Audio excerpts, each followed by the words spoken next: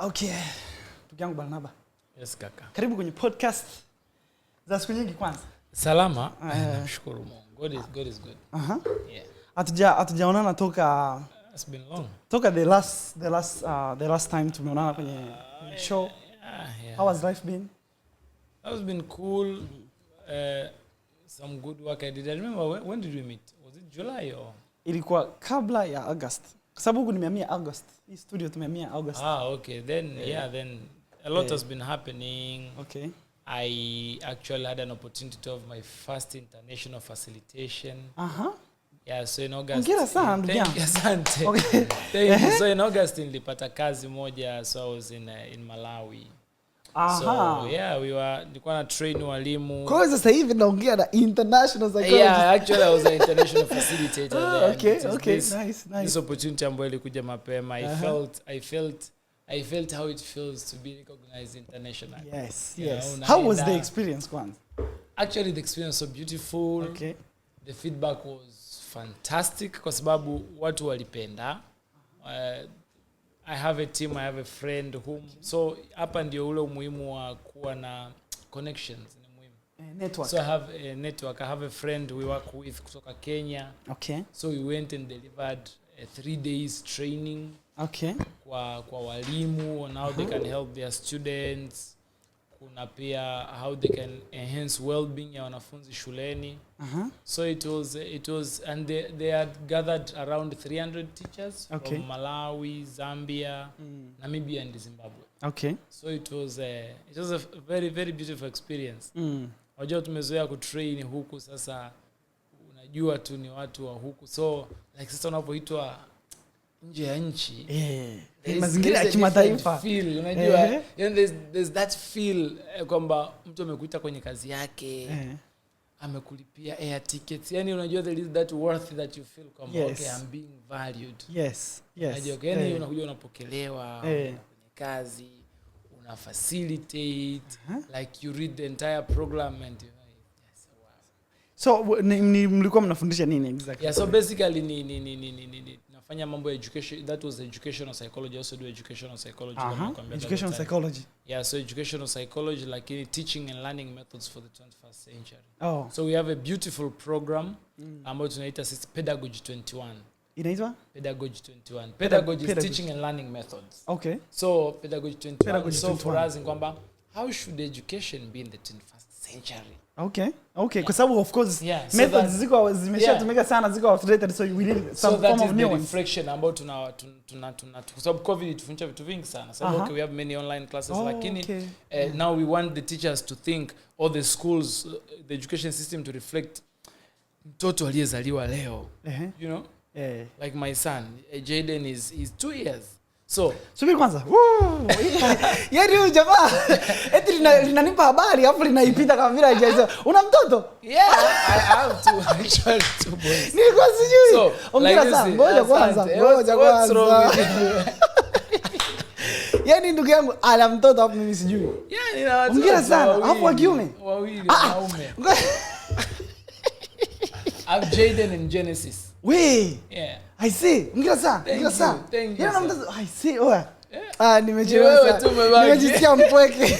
Yeah, so the thing is. Una mtoto kwa hiyo? Yeah, I see. So the thing is, Mark. Kwa hiyo bidii niwe nimekusubiri kwanza. Tutaenda.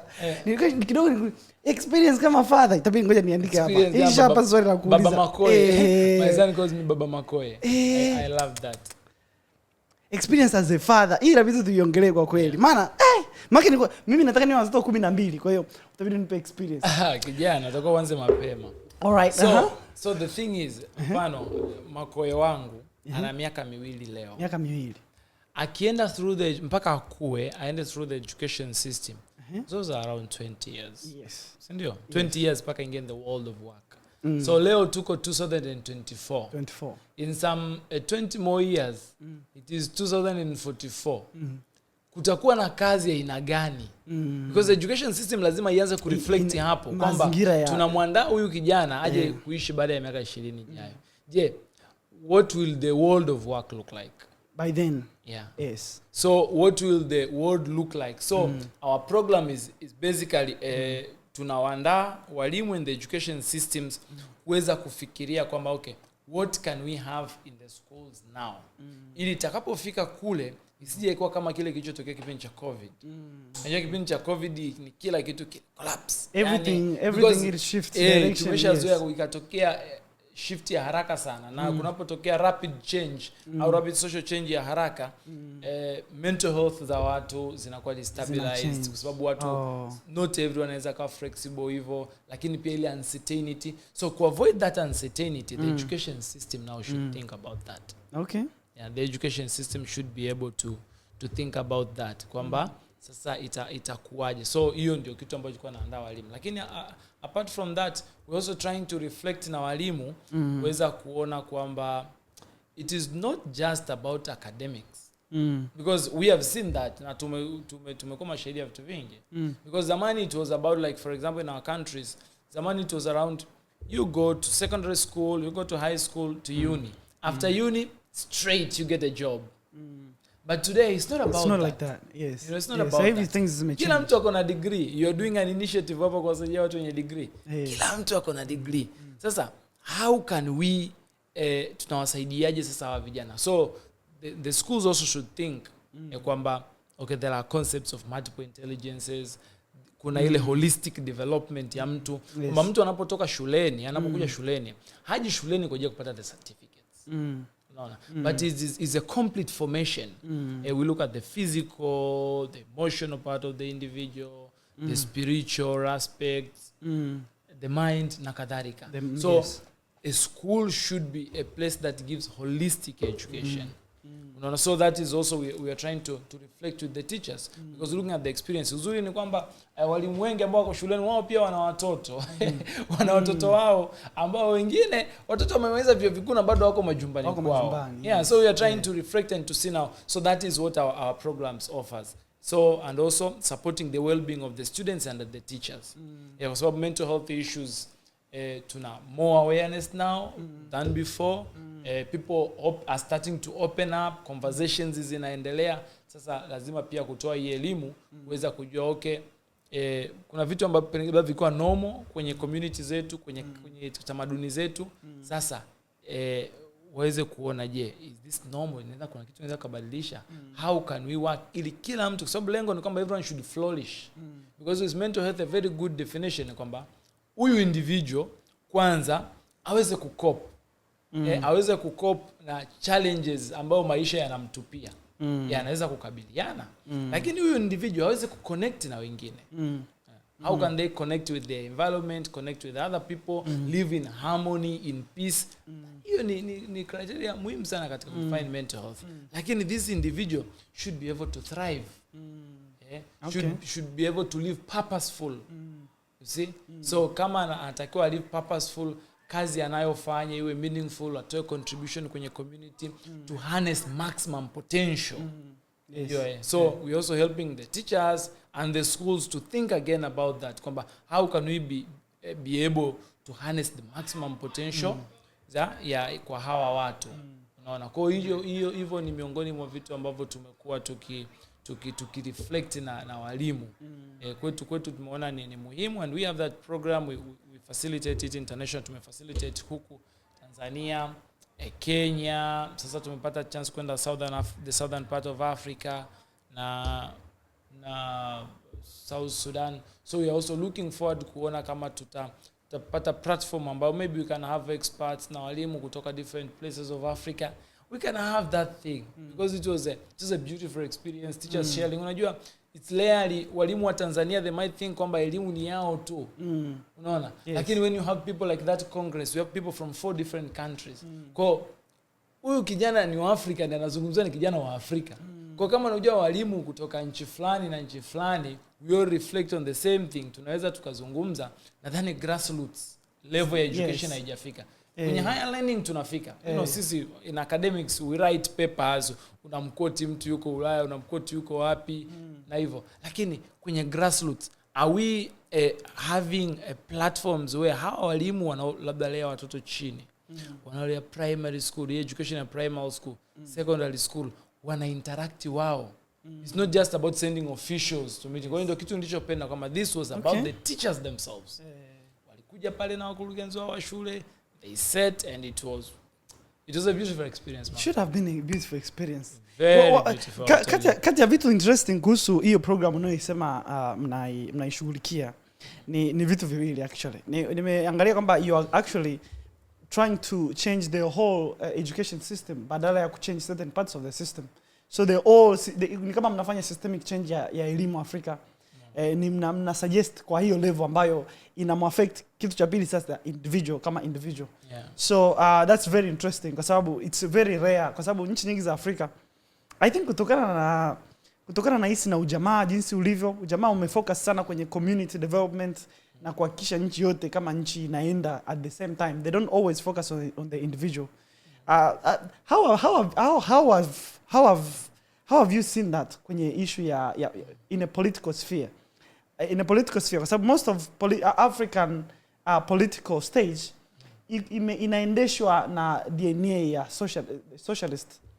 So kwa hiyo at the end unajikuta individual anakuwa marginalized sana kutokana na kwamba focus ya maendeleo makubwa ya taifa zima yanakuwa focused on togetherness ya kwamba tuende pamoja somewhere, wanasahau individual. How is that in the actuality of it? Yeah, maybe commenting just on that kwa experience yangu. Unajua tunapoongelea individual na kuongelea community, unajua individuals are part of the community. Yes. Yeah. Yes. So sisi our focus sio kwamba iamie kwa mtu, lakini ni kwamba kila mtu aliyepo pale je anaweza kuthrive vipi? Kwa sababu ulimwengu nadhani hizi politics za mambo ya kiuchumi ya kimataifa sijui ujamaa ubepali it's a shift. Yeah, hata sisi tulikuwa tunajinasibu kuwa wajamaa lakini sisi ni wajamaa kweli?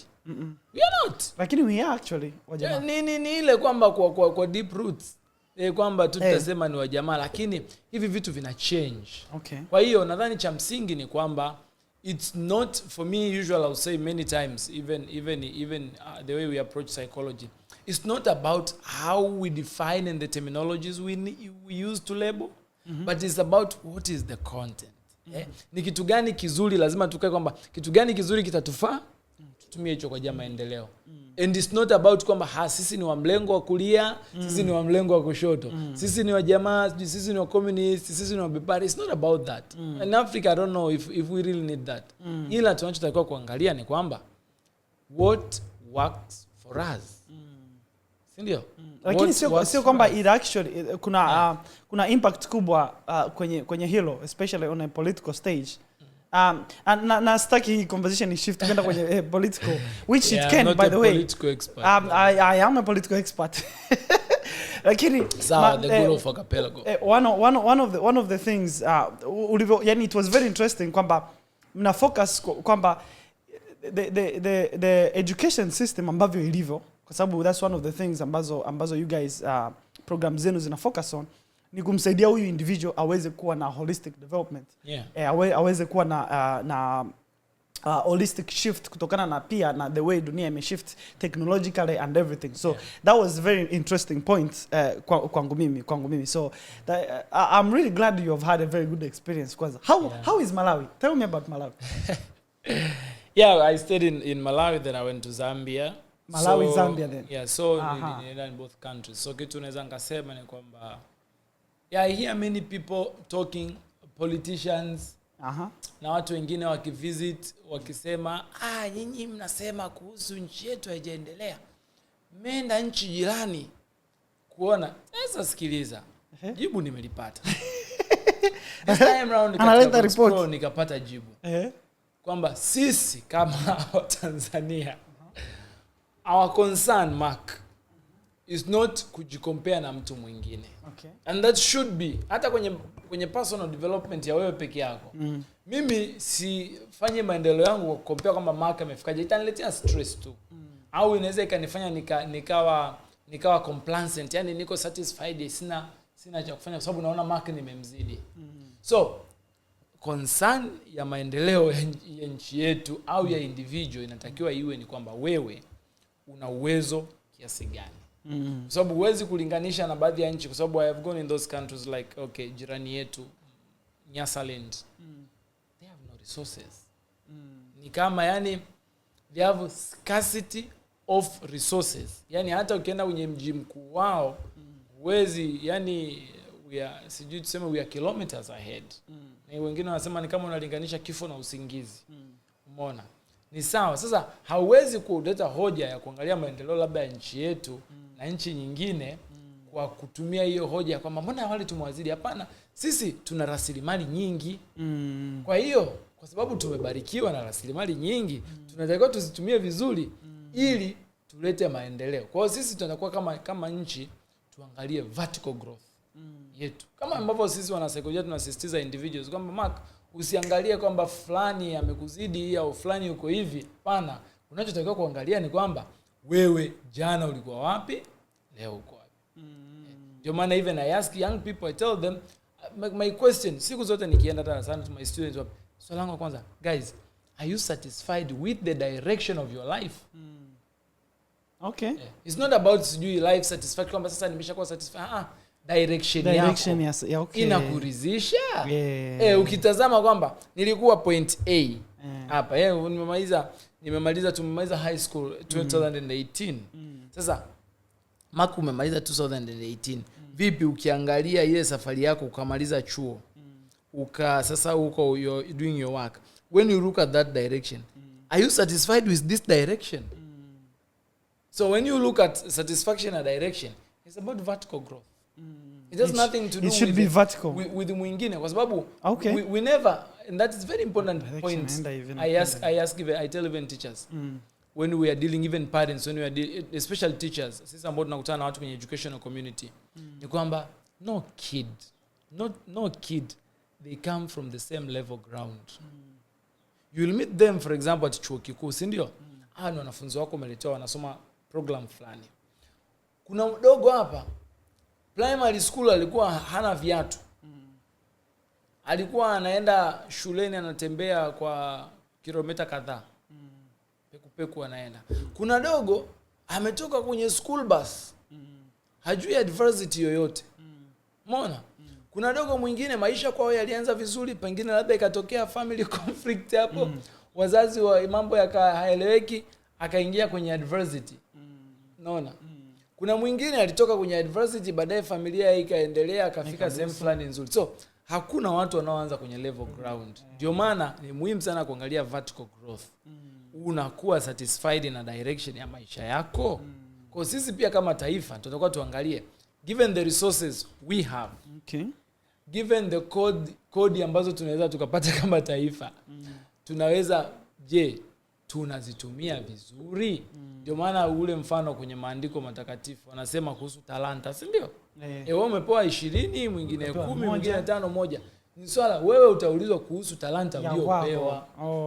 Usianze kusema kwamba mimi sijafanya kwa sababu mwingine alikuwa na alizificha zake. Kwa hiyo na mimi nikaona wewe umepewa talanta 10, mwenzako moja. Huyu mmoja akafanya akazalisha 2. Wewe ukaongeza kimoja ukapata 11. Tutakuuliza, what the hell? Wewe ulikuwa na 10 umeleta 11, faida moja. Unatuambia kwamba si hata huyu alikuwa na hata huyu mbona kazalisha moja? Alipewa moja. Wewe ulipewa 10. So that is what I can talk in terms of development. Niliona video moja jamaa alikuwa anasema comparison is a thief of joy pia. Kwamba inabidi ufocus kwenye ya kwako, angalia leo jana ulikuwa wapi, leo uko wapi na kesho unaelekea wapi. Kwa hiyo ni kama unabidi uangalie wewe maendeleo yako mwenyewe binafsi. Mtu mwingine labda ingie kusupport, lakini maendeleo ya mtu mwingine ni ya mtu mwingine.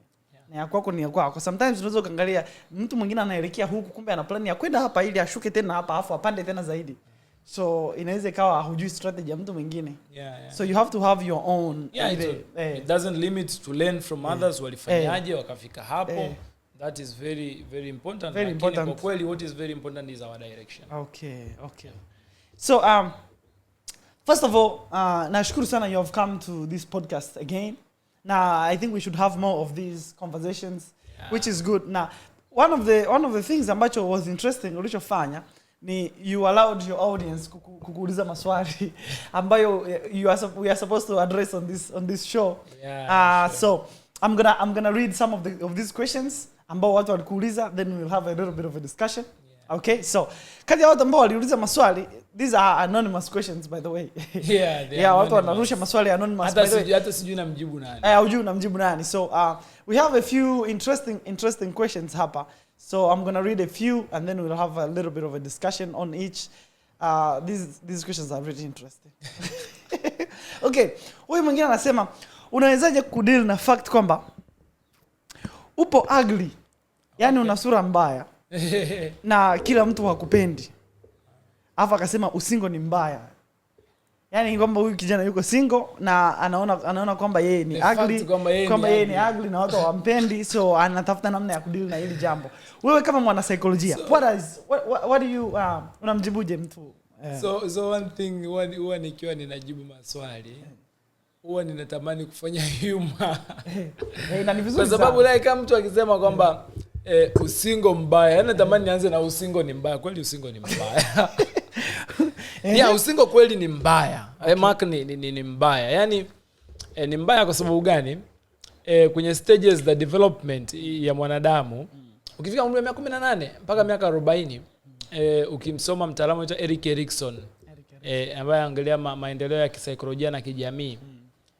Erik anachojaribu kupose pale ni kwamba ameweka hatua 8 za maisha ya mwanadamu. Anasema kwamba katika kila hatua unakuwa na mahitaji yako, halafu kuna mahitaji ya jamii inayokuzunguka. Sasa kinachotakiwa hayo ni mahitaji yako binafsi kutoka kwa yani jamii, your psychological needs. Okay. It's your psychological needs. Your mind and emotions, your psychological needs versus mahitaji ya jamii. Okay. So katika kudevelop sasa mtu anatakuwa a resolve hiyo conflict between your needs and the needs of the jamii ambayo huko. Kwa sababu hatuwezi kuepuka jamii. So ukifanikiwa kuresolve, una develop vizuri, unapata virtue na kadhalika. Ukishindwa unakuwa na conflicts mbalimbali ambazo Eric amezizungumza. Sasa katika hii stage usingo ni mbaya. Miaka 18 mpaka miaka 40. Ile stage ya intimacy versus isolation. Kwa ni muda ambao kunakuwa tunaanza kupata mahitaji ya kurelate kwa karibu na watu other than familia tulimozaliwa. Okay. Kwamba tunaanza kwamba sasa tunataka to form satisfying relationships, kama tuwe na familia, labda tuwe na ndoa, to establish ka familia fulani, yani kuwe that intimacy, tuwe intimate, tuwe emotionally connected. Kwa kila mtu ana strive katika, there is that need inakuwepo. Sasa mtu akishindwa kufanikisha hilo, manake huyu mtu anakuwa isolated, I feel loneliness. Kwa sababu loneliness ngoma that feeling kama you're not connected to people. Sasa hii sentence imenikumbusha kwamba usingo mbaya sana. Ni kweli usingo ni mbaya sana. Unless umeamua kuwa single kwa sababu ambazo tunasema for higher purpose, kwa wale watu wa dini wengine, kwamba umeamua kwamba you decided maybe to form your intimacy with God na kadhalika, lakini usingo ni mbaya sana. Kumbe usingo ni mbaya kiasi hichi? I say. Na ndio maana unaona sa mtu akiwa labda katika huo usingo tuna form replacement ya vitu vingine. We are obsessed with work. Okay. We are obsessed with goals. Na kadhalika. Ndio maana at the end of the day I would tell young vijana wenzangu kwamba mahusiano, all the things we struggle with like sex, they're not the most important thing. Like talking about sex is a very petty issue to discuss about. Yani unaweka discussion nzima mnaanza kuongelea about sex. Unaweka discussion unaanza kuambia watu you guys should not have sex sijui mpaka lini. That's a very cheap discussion. Very cheap discussion. Kwa sababu if you have goals, you have work, you are obsessed with your work, you unataka ufike hapa, unapata wapi huo muda wa kujadili au wa kufanya? Huo muda wa kuwa obsessed na sexuality. Okay, sexuality technically. Okay. Unakutoka wapi? you obsessed here with your work, umeamka umefanya this. Kwa hiyo cha msingi kwamba vijana wafundishwe goals. That's why now tukahama sana kwenye swala ndugu yetu. Ila najaribu kuonyesha kwamba usingo kweli ni mbaya. Kwa hiyo usingo kama umetokea kwamba out ya wewe kuchagua kwamba mimi ninataka kufanya maisha yangu hivi au kwa muda huu I'm not ready for this, I'm not ready for the relationship, natakuwa ni focus na goals zangu kadhaa, that's okay. Lakini inapotokea by default kwamba unajaribu kutengeneza mahusiano na hayafanikiwi, it becomes, kwa sababu unakuwa ni hitaji lako na kila mtu ana hili hitaji, ni hitaji lako lakini haifanikiwi. Sasa huyu ndugu yetu anauliza, anatuambia kwanza yeye amefanya negative self talk cha kwanza. Kwamba unawezaje kudeal na fact kwamba upo angry. Yani yeye mwenyewe anaamini kwamba yeye yuko angry. Hapo changamoto ndo kwanza inaanzia hapo. Negative self talk. Yes, negative self talk. Yani wewe umeshaamini kwamba mimi siwezi. Mimi ni mbaya wa sura. Nani alikwambia kuna uzuri wa sura? Okay. Hey, Mark, are you handsome? Yani mimi kabisa Hollywood. Yeah, I'm also handsome. Yes. Yeah, na utege wangu I'm handsome. Tena watu wanapenda tege bara. So, wewe cha kwanza hapo anze kushughulika na hiyo negative self talk. Kwa sababu yeye mwenyewe ameshaji kwa tayari anakuwa na insecurities. Kwa hata kama anatamani kuanzisha na mahusiano, kwanza hata akianza kwa sababu like forming relationship especially with the opposite sex, you have to attract. Yes, man. Yeah. Sasa nani atakuwa attracted wewe mwenyewe ujiamini? Okay. Kwa sababu if you believe yourself, unajiamini. Kwa hiyo basically hapa labda pengine ndugu yetu anaweza akawa maybe katika growing up alitamkiwa maneno ya kuambiwa wewe ni mbaya na yeye akaya internalize, umeona, akajiona yeye ni mbaya. Kwa hiyo pengine imekuja ikaathiri kujithamini kwake, self esteem ni ndogo, self confidence ni ndogo. Lakini mimi ninamwambia rafiki yetu aliyetuambia habari, dia rafiki, anza kujitamkia maneno mazuri.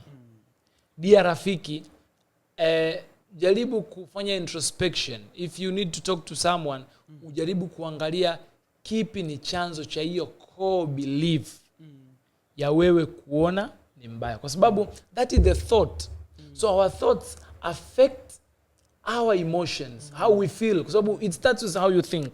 So how you think, it affects the emotions you get. Wewe ukishaamini kwamba you are thinking kwamba mimi I am ugly, what emotions will you get? Negative. Yeah. Negative, you'll experience negative emotion. Sad, you will ni kama utajiona haustahili, si ndio? You can even get with the angry with the fact kwamba you are, kwa sababu umeshaitengeza hiyo kuwa ni fact. You can even get angry, si ndio? With yourself. Then it affects your behavior. So tegemea kama wewe emotions, you already experiencing negative emotions. Hata kama ukienda kuzungumza na mtu au kurelate kwenye social situation umekutana, do you think you're going to be confident, man? You won't. Kwa hiyo aanze kushughulikia negative self talk. If he needs to talk to someone, he needs to talk to someone trusted, talk to a psychologist to see to kuchana hiyo core belief yake. That would be great. Lakini kwanza aanze na kushughulika na hiyo negative self talk, aanze kujiambia vizuri. Jiambia maneno mazuri. Yeah, I want to tell him he's handsome. Tell him he's handsome. Mimi nitakupa jibu hardcore. Mimi nitakupa jibu hardcore. Cha kwanza, unajua sijui kama huyu ni mwanaume au ni mwanamke. I don't know. Lakini by the looks of the text, kama ni mwanaume huyu. Sasa kama wewe ni mwanaume, one of the things ambazo nataka nikuelezee kwamba hakuna mwanaume mwenye sura mbaya. Na nitakuelezea kwa nini hakuna mwanaume mwenye sura mbaya. Hakuna mwanaume mwenye sura mbaya kwa sababu wanawake waangalie sura kwa mwanaume. Tofauti na sisi, tunapenda kitu tunachokiona. Sisi wanaume tunapenda kitu tunachokiona. Ndio maana wanawake wanapaka makeup ili tuweze kuona wazuri. Mwanamke anapenda vitu anavyovisikia na sometimes vitu anavyonukia. Ndio maana ukinukia vizuri watu wanaanguka huko kama vile wamemuona Michael Jackson. Sasa wewe what you should do ili uweze kujipassive vizuri, unaweza ukajibrainwash into feeling kwamba you are handsome, kujibrainwash kuwa na confidence. You can imitate those traits za huyo mtu ambaye unahisi kuna wewe mwingine huko ambaye ni confident. in another life au in another realm. Kwa hiyo dress vizuri, vaa vizuri, jiweke vizuri, kuwa na marafiki ambao unahisi wana zile traits ambazo unazitamani, labda marafiki ambao wako confident, then you won't feel uwezi kupata hizo negative feedback kutoka kwa watu, kwa sababu you are with people ambao they believe in themselves. Mtu ambaye anajiamini hawezi kukwambia wewe hawezi kushusha chini. So acha kukaa na watu ambao they don't believe in themselves. Get out, jiweke nje, just be confident, do things, self actualize. Wanasema tafuta kitu ambacho kiko purposeful, then things will happen.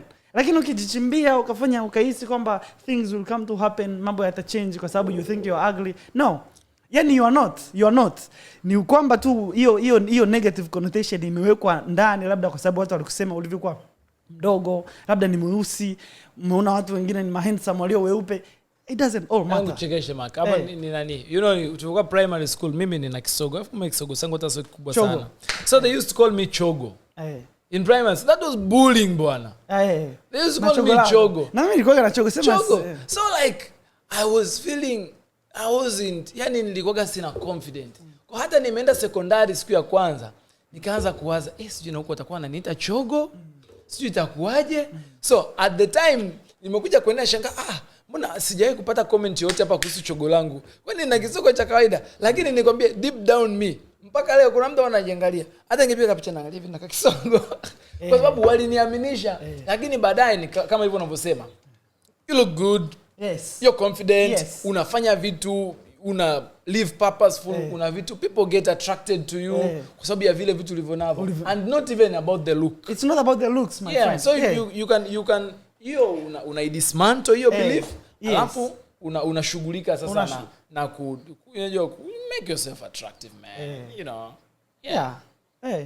Kwa hiyo wewe kama mwanaume yani mwanaume huwezi kuwa ugly. Yani mwanaume gani? Yani ukiona uko ugly, ujue basi una ile self esteem yako, labda wako the self esteem. Kwa sababu kwa mwanaume ile confidence ile ndo one of the best things unaweza kupata kama mwanaume. Yani confidence ya kusema kwamba huyu mwanamke kama anahisi mimi siko handsome, kuna mwingine kula ambaye anakiniangalia ananiona Hollywood kabisa, yani ananiona kwenye movie.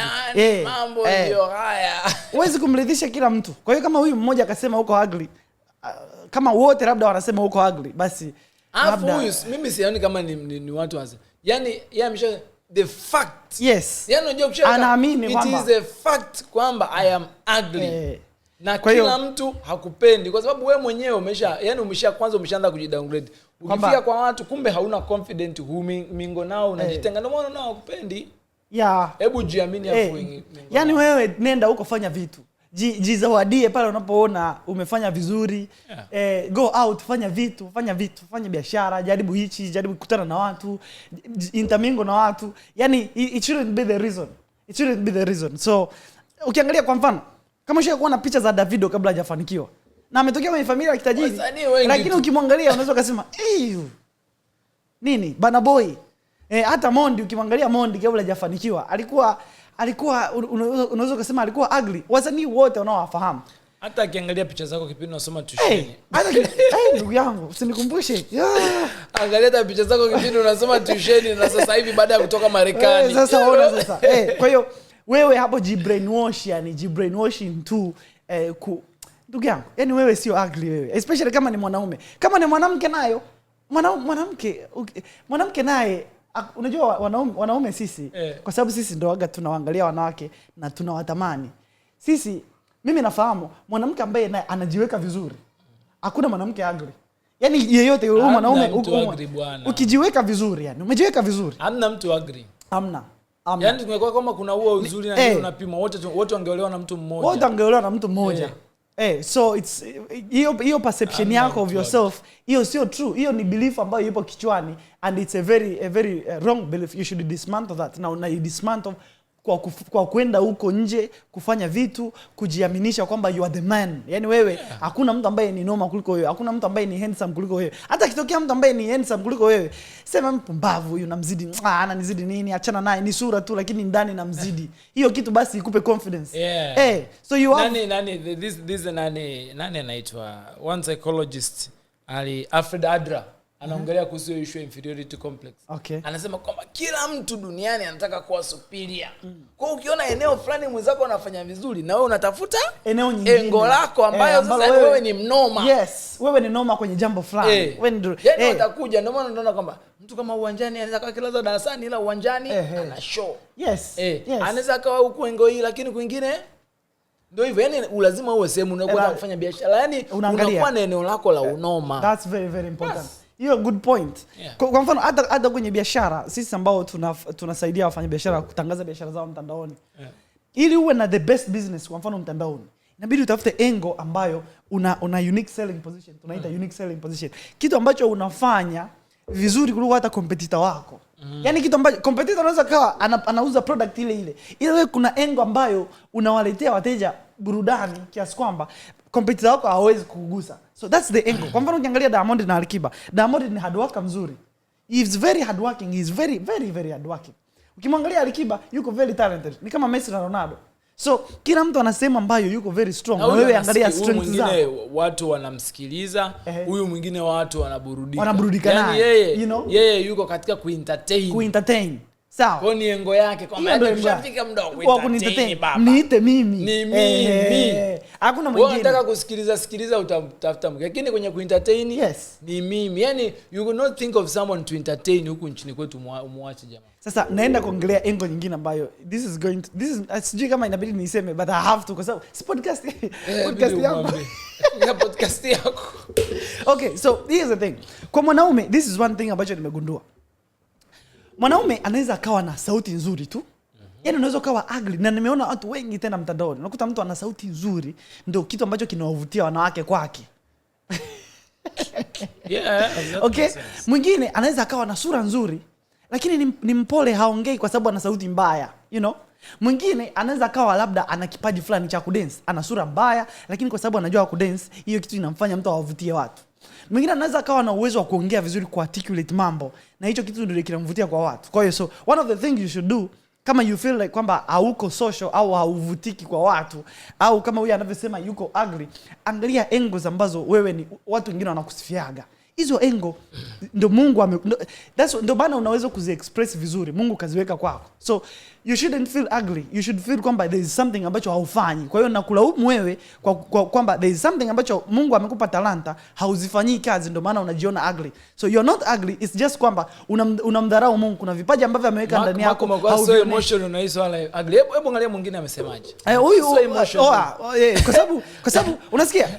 Unajua kwa nini nasisitiza? Ni kwa sababu wapo vijana wengi ambao wanashindwa kujiamini, kufanya mambo kwenye jamii, kuwa na impact kwenye jamii kwa sababu ya zile self. It is actually unasema ni kama imposter syndrome. Imposter syndrome. Imposter syndrome. Mimi nilikuwa sijui kuhusu imposter syndrome. So baadaye nikasema kuna jamaa mmoja siku moja aliturarua kule Twitter. 2022 most psychology startups zinashindwa kwa sababu ya imposter syndrome. So the guy, mimi nikasema hivi, wanajua field yetu, unajua kama field yetu unatakiwa uwe expert, usome, upake masters, PhD, internationally recognized. Nikawa nawaza hivyo. Nikamwambia ujui kilicho kwenye politics. Then baadaye kama kwa kwanza nikaanza kufanya kazi zangu. Wa pili nashangaa.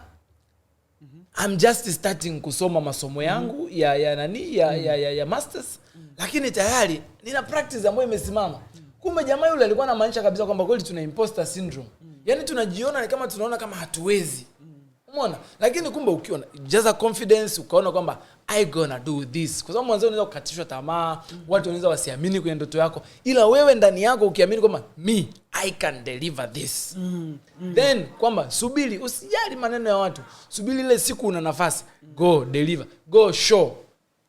Mimi one thing ninatumia yani katika because my age and what I do in the field havilingani. So huwa ninawaambia watu, naambia last time nimeenda nikafundisha in the university Dodoma, chuo kikuu, walimu yani staff, kwa napiga workshop ya emotional intelligence. Okay. Yule aliyenitafuta alikuwa ananiuzia kuhusu mtu. Nikamwambia sikiliza, nipe mimi hiyo nafasi. Sasa unajua ni madokta, maprofesa, unaona, nikamwambia sikiliza, mimi sitaki hizi hadithi nyingi. Give me the chance.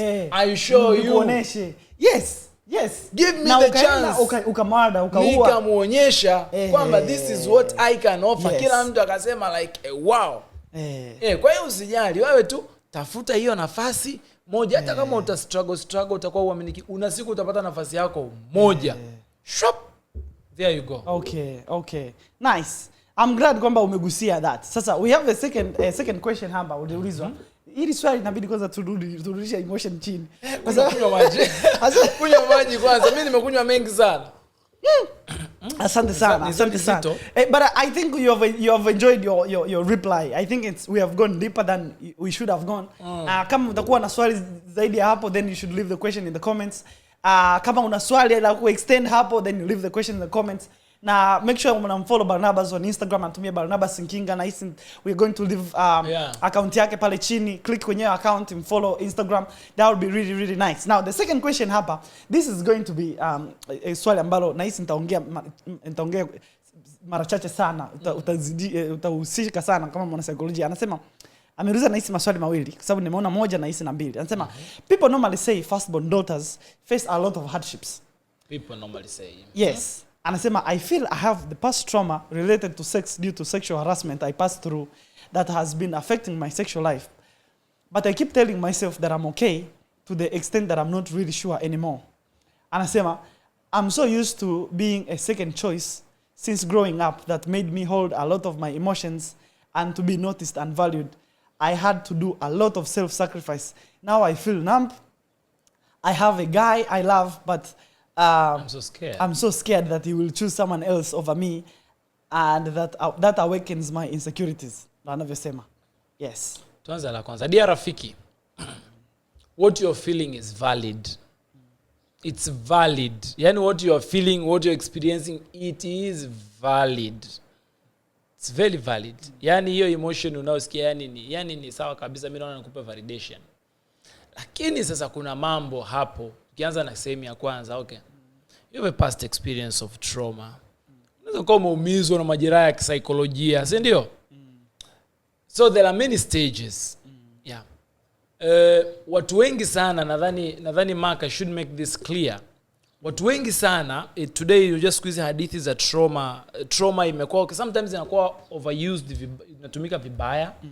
Lakini nadhani kitu cha msingi kuhusu kupona au kudevelop na baada ya kupitia jeraha la kisaikolojia, we are not giving credit to the trauma. Watu pia lazima waelewe. Kwa sababu bahati mbaya sana tunavyoongelea kuhusu growth, watu wao wanadhani kwamba ni trauma ndio imemfanya huyu mtu wa grow. Hapana.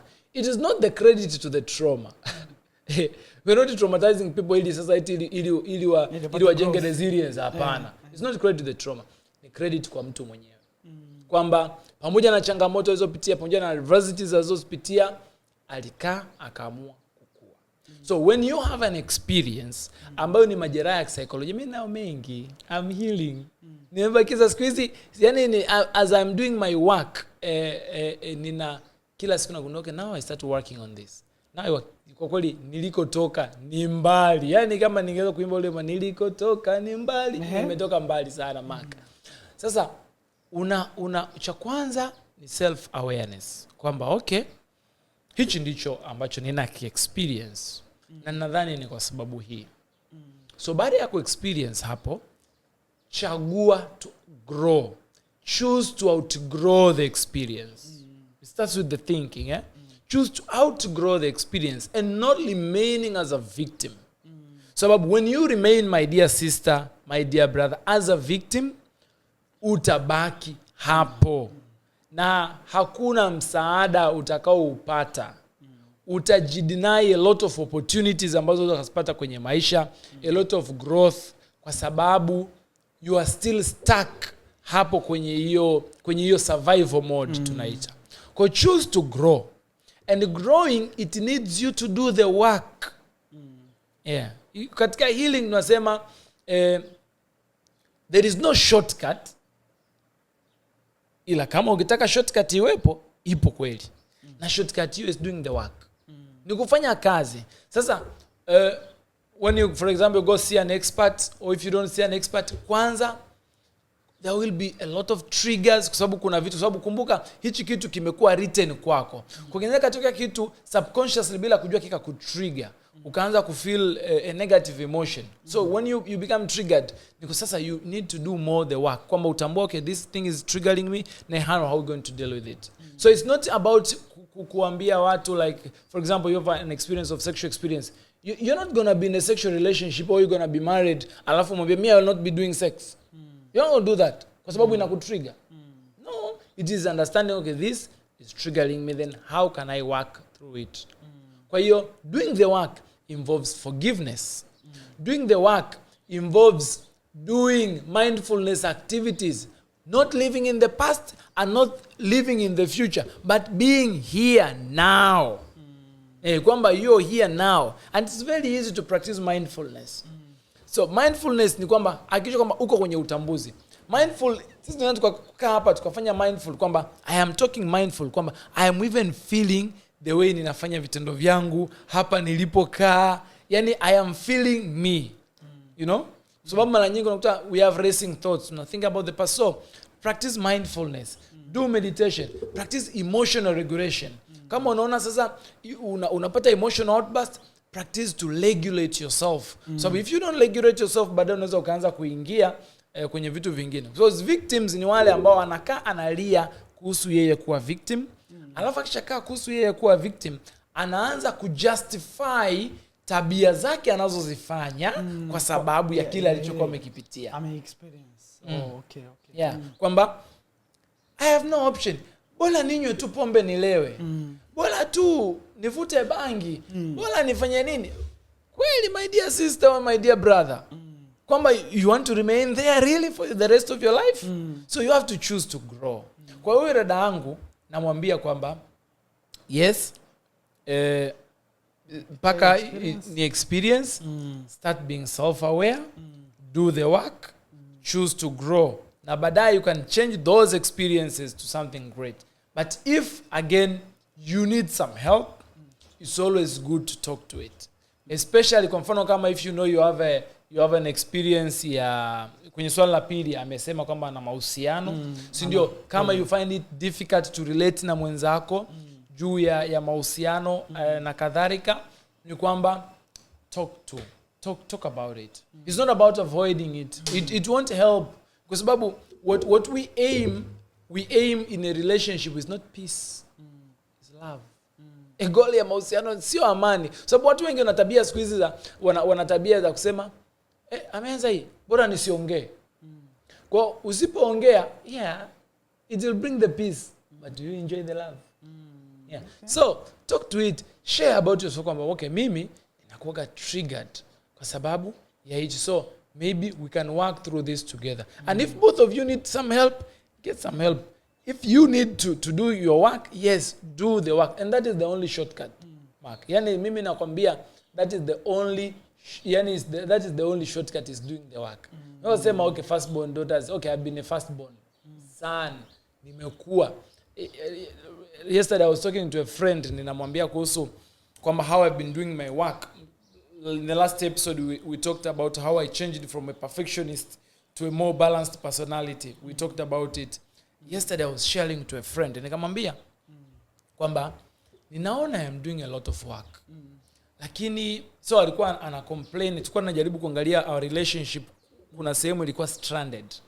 So we were trying to reflect, nikamwambia, so nikaanza kuwa self aware, nikamwambia unajua mimi appreciation kwa mfano usually I don't take very much compliments. That's my problem. Yani nikiwa complimented unaweza ukaona ni kama sija acknowledge kuipokea. Yani automatically watu karibu yangu ndio kama huyu mtu mwana kama ninamwambia hongera alafu anaona yani ni kama ni so I've been that way. So na hiyo sasa hiyo compliment, sasa kuna hiyo compliment, kuna hivi na I'm growing, you know. Sasa bado unaongea na watu, unafundisha, labda umetoka kwenye event, people want to come, hey, naomba tupige picha na wewe. So like mimi ninaona like now I'm becoming the center of attention. Kwa sababu gani? Growing up mimi sijakuwa the center of attention. I have been picking people who are center of attention. Kwa ikija kwangu like yani ninaanza kuona kama mbona analeta shobo sana. Yani moyoni mwangu kwa kweli mimi sikudanganye. Siku hizi nimeanza kujifunza. Siku hizi so ninachokifanya mimi mwenyewe ninaomba picha ili isiwe comfortable, but they want kuja kuniomba. So guys, we are done with the session. Can we have a couple of photos? Yes. So you become comfortable. Ili niwe comfortable kwa sababu wakija like mtu anakwambia anatia shobo. Ni kwa sababu gani? Market is a very sad experience ilinitokea. Nimeingia KG2, mimi nianza KG2. Nilikuwa nasoma, I was kufunzwa na mzee nyumbani. Kaingia KG2 kindergarten 2. Nikaanza kuwa wa mwisho darasani. Sababu wenzangu someshaanza kusoma like Kiingereza vizuri. Nikakaa, nifika darasa la kwanza. Nika wa pili darasani. So from number mwisho niambie ile excitement kwamba sasa nimekuwa wa pili darasani. Niambie that experience, Mark. Kwa nimetoka yani ile excitement ya pongeza shule hazitoshi. I want to go to break the news nyumbani. Nilikuwa wa mwisho, sasa nimekuwa wa kwanza. Wa pili. Wa pili actually. Kaka. Nafika na share ile experience. Naambiwaje? Sasa hicho ndio kitu kinakufanya ushangilie. Singekuwa wa kwanza.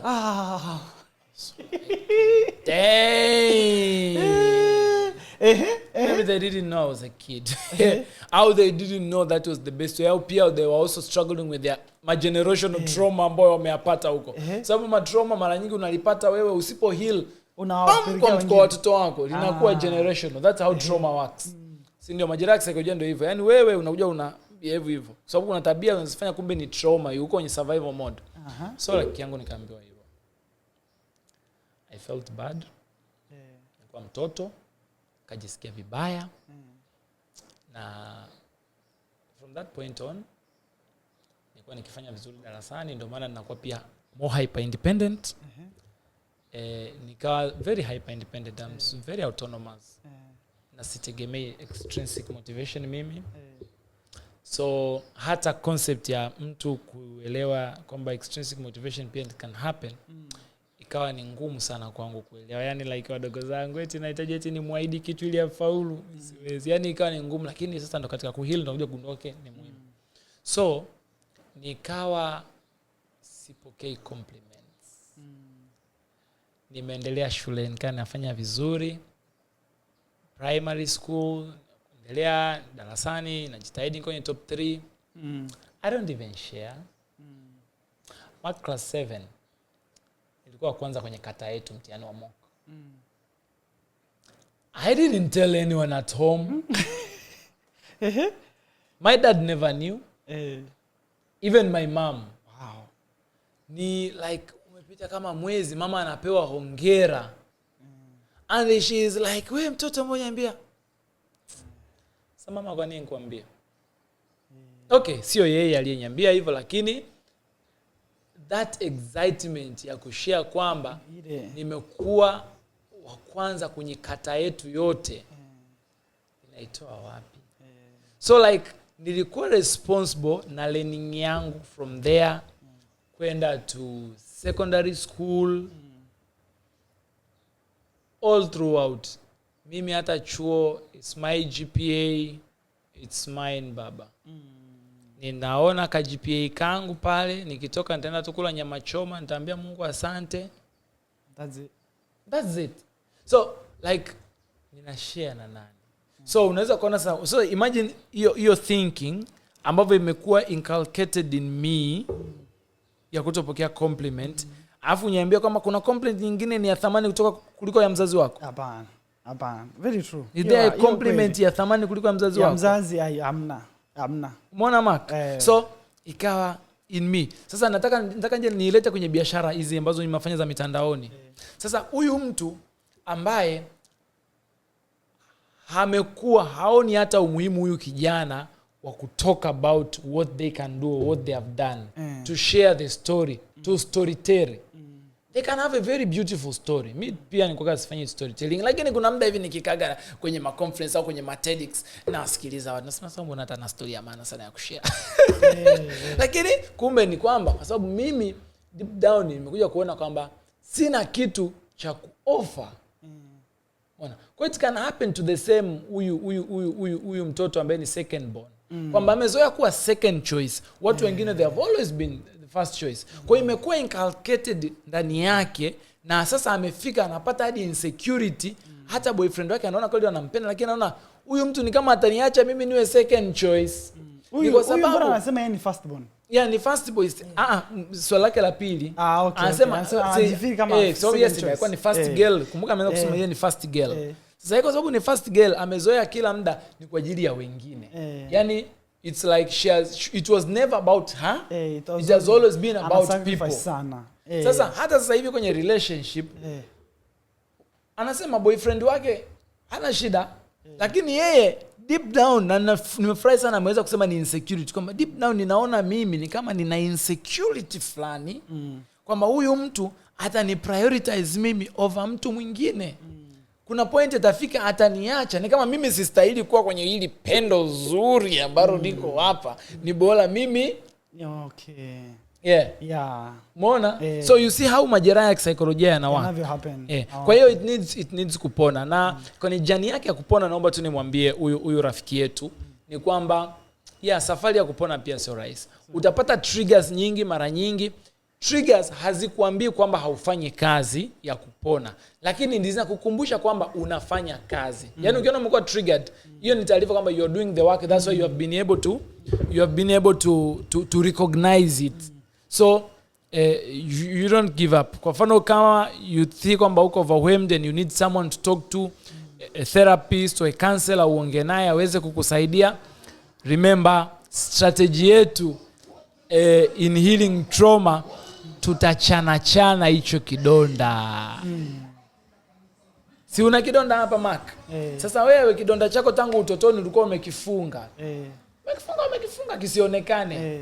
Unapata maumivu ndani, lakini kwa kuna muda mtu kwa sababu umejifunika mavana mkoti, mtu anataka kaja kukugusa pale bila wewe kujua, ndo anakushtua. Hapo ndo amekutrigger sasa. Sababu wewe ulikuwa umefunika kile kidonda. Sasa akakugusa, amekushtua. Baada ya kushtua huyu mtu unafanyaje? Sasa ili ukiponye inabidi ufungue sasa bandage kwanza. Tusafishe, tuanze tu tiba ya kawaida na watu jua kama kuna kibwana. Kwa it is a journey, ndio maana sema haina shortcut. Kwa hiyo ni lazima ukubali kwamba you do the work ambayo inaweza kweli ikahitaji kufanya kazi. You need to talk to someone upone. Kwa hiyo namwambia, kwa sababu unaweza ukaenda kwa therapist akakuuliza maswali au ukashare, ukalia ukajisikia more overwhelmed kuliko ulivyokuwa, ukasema like hapa siponi. Hiyo ndio tiba. Sababu anavifungua vile vidonda uvione. Sasa utakapoviona ndio unaanza kuviponyesha. Kwa sababu bahati mbaya kama mtu anaweza kaenda hivyo kwa therapist kwa siku, ashanga fika huyu, mimi nilikuwa najiona tu, nilikuwa kawaida tu, nilikuwa nahisi na katoto kadogo. Sasa amefika labda akapata nafasi sasa open up, akajiona kwa uwazi, akawa true kwake, akalia. Akaona changamoto ni kubwa kuliko alivyofikiria. Sasa akaanza kuyaona majeraha au akapata kumbukumbu, kwa sababu muda mwingine hasa zile early experiences huwa hatuna kumbukumbu. Tuna rub off. Yaani tunajua kuna kitu kiko sawa lakini tumerub off. Sasa ukaweza zile kumbukumbu kukujia. Hiyo ndio tiba. Kwa hiyo you shouldn't be afraid of the therapy process. Hata ukienda ukaona umepata experiences mbaya, share to your therapist kwamba baada ya kuongea nimerudi nyumbani, I have felt this way. Share, ajue kwamba yes anakusaidia. It can take time, but healing is possible. Kwa kama yuko kwenye mahusiano, kama ni mahusiano mazuri, a healthy relationship, you can open up how you're feeling about it. Kwamba yes, we're in a relationship, I see everything is good, but this thing I'm feeling like insecurity. So like wengine ni insecurities zao, instead of talking it out to point out ile insecurity, jua na side zanaje. Kitu kibaya sana watu wanafanya kwenye mahusiano ni kwamba anaanza kumprojectia mwenzake. Kwamba insecurity ni zako. Sasa unaanza kutaka mwenzako aanze kukupa validation. Kila muda unataka validation, unamuuliza maswali. If do you really love me? Do you want to? Sasa why do you need that? Talk, address your insecurity. Kama una issue, sema bwana mimi this is what I am feeling. Yani ninaona kama utaniacha. If it is a healthy relationship, mtasaidiana and you walk through it. Maybe if you have a comment, Mark. Yani unajua ulivyosema hapa nahisi nimekumbuka nilikuwa na mahusiano na binti mmoja Mkongo. Wewe na binti mmoja is enough. Binti hiyo mkongo ni muhimu. Kwa nini mkongo ni muhimu sasa hapo? Hiyo ni muhimu maana wale wamezoea vitu organic. Okay. Wanangu wamenielewa. Sasa wameelewa. Sasa siku moja yeye alikuwa ni mwanasaikolojia. Okay. So kati ya maswali alikuwa ananiuliza, ni kama alikuwa ananiuliza actually sio Mtanzania. I can even guess ulikuwa wapi. Tuendelee. Okay, yeah. Sasa alikuwa ananiuliza maswali. Yale maswali alikuwa ananiuliza, nilikuwa naona huyu binti anataka kuingia kwenye subconscious. Yaani unaona kama anataka kukurarua. Kuna vitu anataka kufanya kuingia.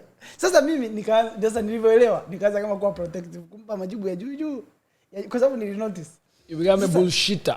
Sasa baadaye mahusiano alivyoenda baadaye ndio nikaanza kugundua ndio maana alikuwa anauliza hili swali. Sasa zile nikaanza kurealize baadaye ndio nikaanza kufanya conversation naye, kupiga naye story, tushakuwa marafiki hapo sasa.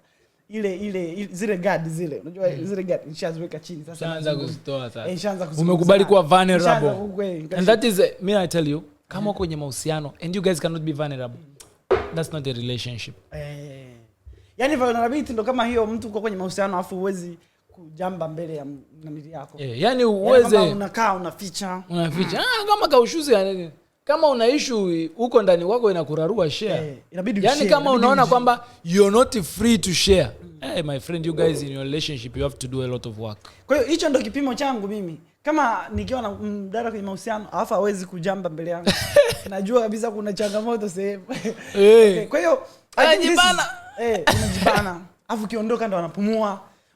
Unaweza kukuta na kitambi, alafu una miaka naye 3 haujawahi. Hiyo itakuwa ni hatari. So, hiyo chenye unaweza kufanya kumsupport. Ukiona hivyo, yani wewe unakuwa ukifurahie kama na kitambi ukifurahie ili awe comfortable kukiachia. Itakuwa unajua ukificha majirani vigumu kuyatibu kwa sababu alafu sasa kuna siku itakuja kwa sababu ubaya ni kwamba wewe umelificha jeraha. Sasa kuna siku kama ulivyosema, si nimekuambia umevaa sweta lako na kuna jeraha ndani. Kuna siku mtu atafika, "Oya, mambo vipi?" Alafu unakuwa triggered kwenye jambo. Unakuwa triggered sasa unaanza kuna nini? Kwa ni vizuri. Kwa nini wanasema it depends on the level ya relationship na hatua. So mahusiano ni hatua. Si ndio unaanza urafiki, we get to know each other, we get comfortable, we are ready even to be vulnerable. And then we have addressed that question, sir. Una chochote cha kuongezea kuhusu yule mkongo? Hapana. Huyo mkongo ni juju hivi, tutapiga story na siku nyingine, but this is Natumaini alikuponya. Hapana. Alikuponya. Huyu mkongo alikuponya? Hapana. Huyu mkongo alikuwa ni malaika mtumwa na Mungu. Huyu ni special sana. Amen. Kwa alikuponya. Huyu ni special. I hope she'll visit.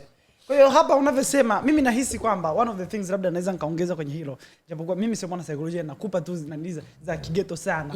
No uzoefu.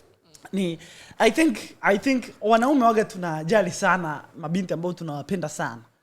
Yani binti kama unampenda, especially kama anakuheshimu, kwa sababu hiyo ni very very important. Kama unamheshimu huyo jamaa na haumuoneshi dharau, amruki juu au kai Thank you for saying it. Umeona? Wanaume waga, yani mwanaume ukimpenda sana anakutunza kama nini yani.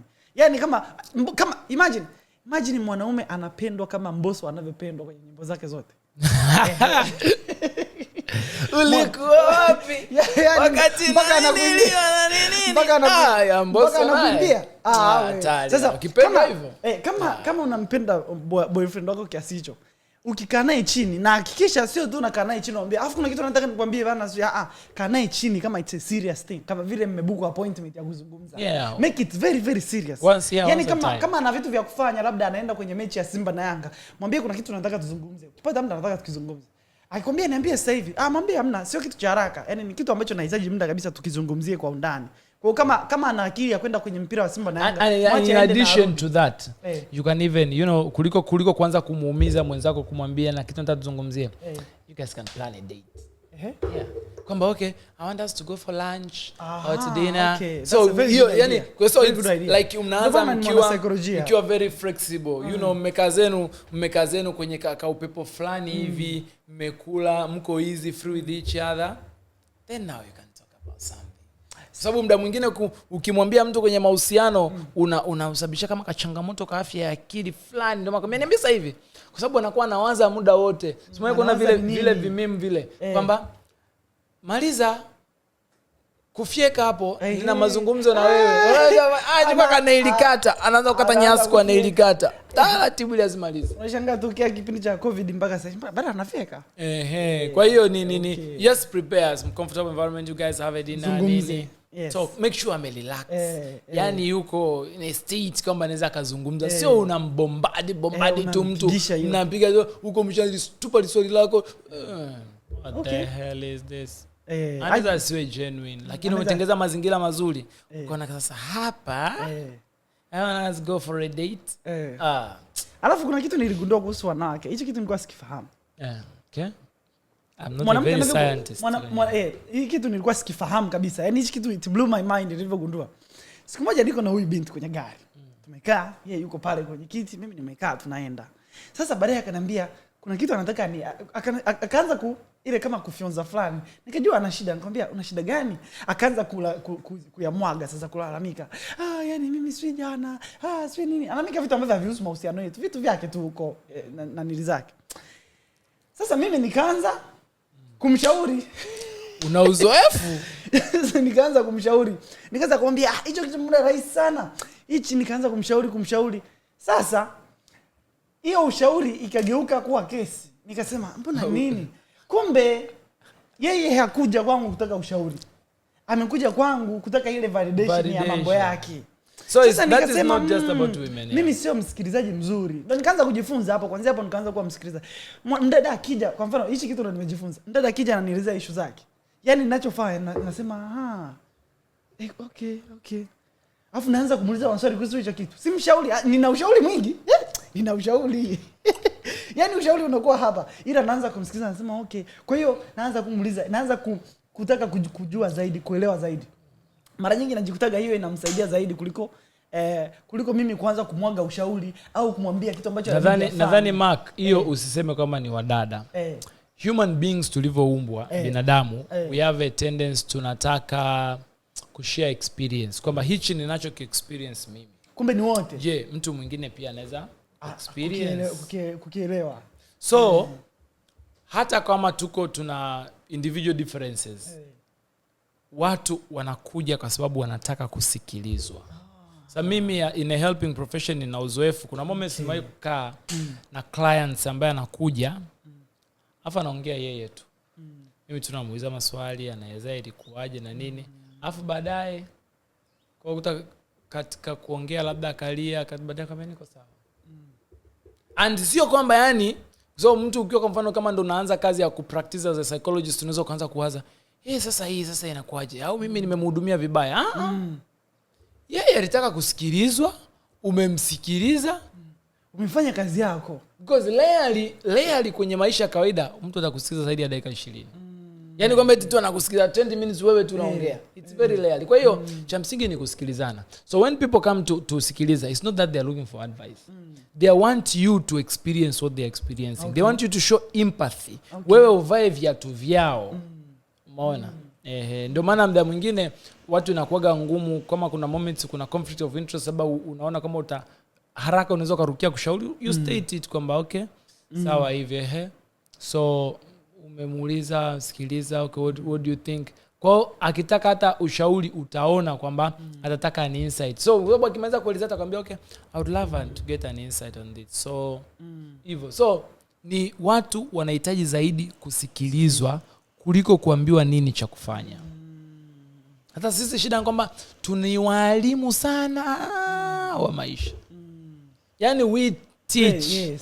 We teach kwa sababu kila mtu ana experience yake. Alafu wewe unaweza ukaiona experience lakini mimi nikaiona tofauti. Umeona? Kwa mfano nimetoa mfano I was explaining about mimi na compliment. Mimi Mark wewe usipopewa compliment unaweza ukaja kuniambia yani nimeenda nimefanya hivi kazi lakini hata kunikompliment hamna. Mimi kwa sababu mimi compliment is not an issue kwangu. Naweza nikamwambia sasa hiyo si kawaida tu. Sasa hapo mimi nina reflect kutoka kwenye frame of reference yangu na wala sio kutoka kwako.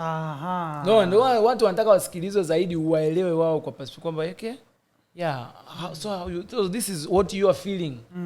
Kwa sababu yani najisikia kwa sababu walifanya hivi na hivi hivi na hivi. So kitu kama hicho. Lakini mimi basically tu mfano rahisi, mimi nitakwambia kwani lazima unani ushauri. Kumbe mimi mwenzako feedback yangu nikiwa labda na train na nini, huwa ni kuona ile attentiveness ya watu. Yani nikiona they are attentive, they are interested in their non-verbal cues, they answer questions, also ninaona this was I don't even wait for someone to say sasa. Kwa lakini nimeanza kujifunza kwamba okay, kumbe complimenting ni kitu kizuri, kwa siku hizi ninazipokea na nikimaliza ninaomba kupiga picha. Sasa hiyo nimejifunza sasa. Unaona mimi nilikuwa nahisi watu wakusikiliza kwamba mtu akijia na mambo umsikilize. Nilikuwa nahisi ni wadada peke yake so far. Ni wote. That's very interesting. Wakati tunaendelea na hii interview ya mimi na Barnabas, naomba nikueleze jambo kuhusu Zillim Digital. Na Zillim Digital tunasaidia wafanyabiashara, wenye biashara tayari na wale ambao mnataka kuanzisha biashara kupitia mitandao ya kijamii.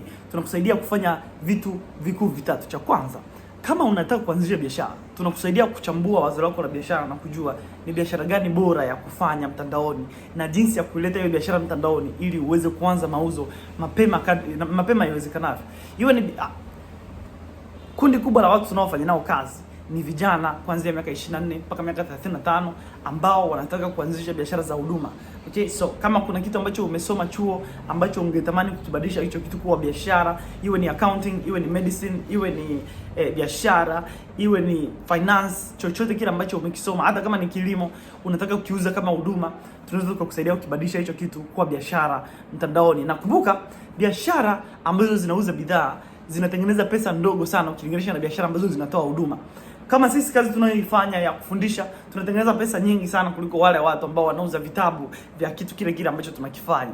Japokuwa hatufanyi kama wanaofanya wao, lakini kama wewe ni mfanyabiashara tayari, tunakusaidia kutengeneza mbinu itakayokusaidia kupata wateja wengi mtandaoni, kama tulivyowasaidia wateja wengine zaidi ya 40 wakiwemo na Pregnancy Nutrition ambaye tumemsaidia kutoka followers 44 mpaka 66 followers ambao ni followers genuine, followers ambao wana uwezekano mkubwa wa kununua. Kwa hiyo tunakusaidia kutengeneza biashara ambayo inaweza kukusaidia kupata kipato cha sio chini ya shilingi milioni 10 kwa mwezi, na tuna guarantee kwamba wakati tunakusaidia na ukipita kwenye program zetu ndani ya mwezi, kama utaona kwamba haufaidiki na program zetu, basi tunakurudishia pesa zako, hatukuulizi maswali. Kama basi ni wewe, nitakuachia link kwenye description, click kwenye hiyo link, utakuja kwenye WhatsApp yangu au utajaza form, na hii form itanisaidia mimi kujua huduma gani unayohitaji. Basi endelea kuangalia hii show na nitaomba basi nakutakia siku njema. Endelea kuangalia show. Right, ngoja tuende kwenye mtu huyu mwingine. Kuna swali jingine sasa hapa. So far tushakava maswali mawili. By the way, kama una swali kuhusu hii discussion iliyopita kuhusu huyu mtu, I hope tumekusaidia. I hope umejifunza jambo. Kama una maswali zaidi nitakuachia Instagram account ya Barnabas, unaweza kumtext, DMs yuko very active. Pia Twitter pamoja na Twitter Barnabas Nkinga yuko very active.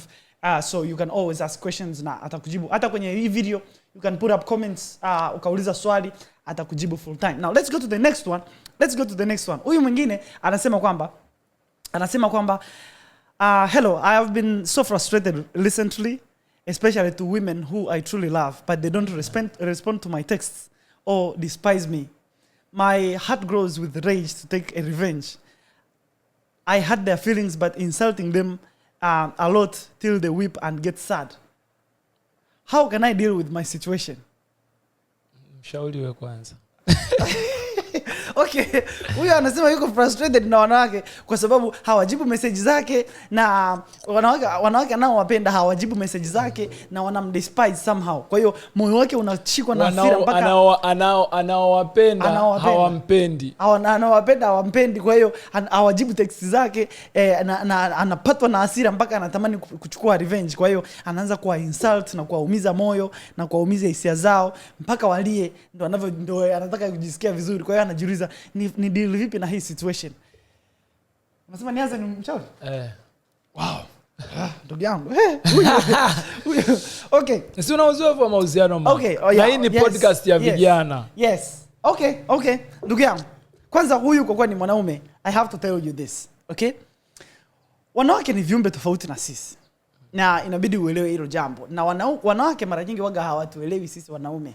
hapa nakuelezea kigetogeto, atakuja kwa sababu ni mwana saikolojia professional kabisa.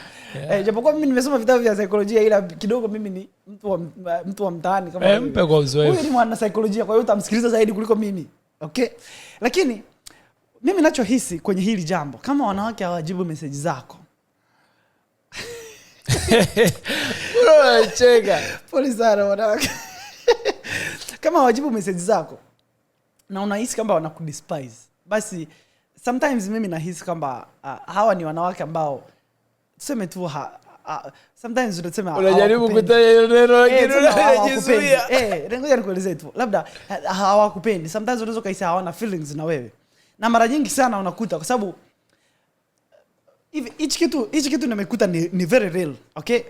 Mara nyingi sana kwenye relationships mtu anaona kabisa watu ambao wako kwenye ligi yake, wapo kwenye kundi lake ambao anaweza akadate nao.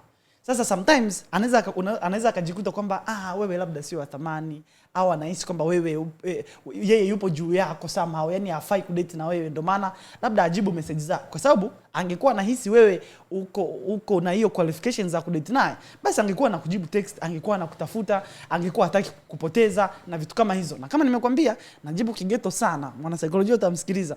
Sasa kwenye hili jambo, wanawake wasipo kujibu message, you have to understand kwamba hiyo kitu that's very normal. Yani ni kitu cha kawaida sana wewe kumpenda mwanamke alafu asikujibu message zake. Mara nyingi sana sio kwako peke yako. Kuna watu, kwa mfano Ronaldo hiyo changamoto hana. Okay? Ronaldo hiyo changamoto hana. Mondi hiyo changamoto hana. Okay? Lakini vijana wengi sana wanapitia hiyo changamoto. Mimi mwenyewe na wanawake wengi ambao nimewahi kwa text hawajanijibu message zangu, na sio kwamba ilinikasirisha.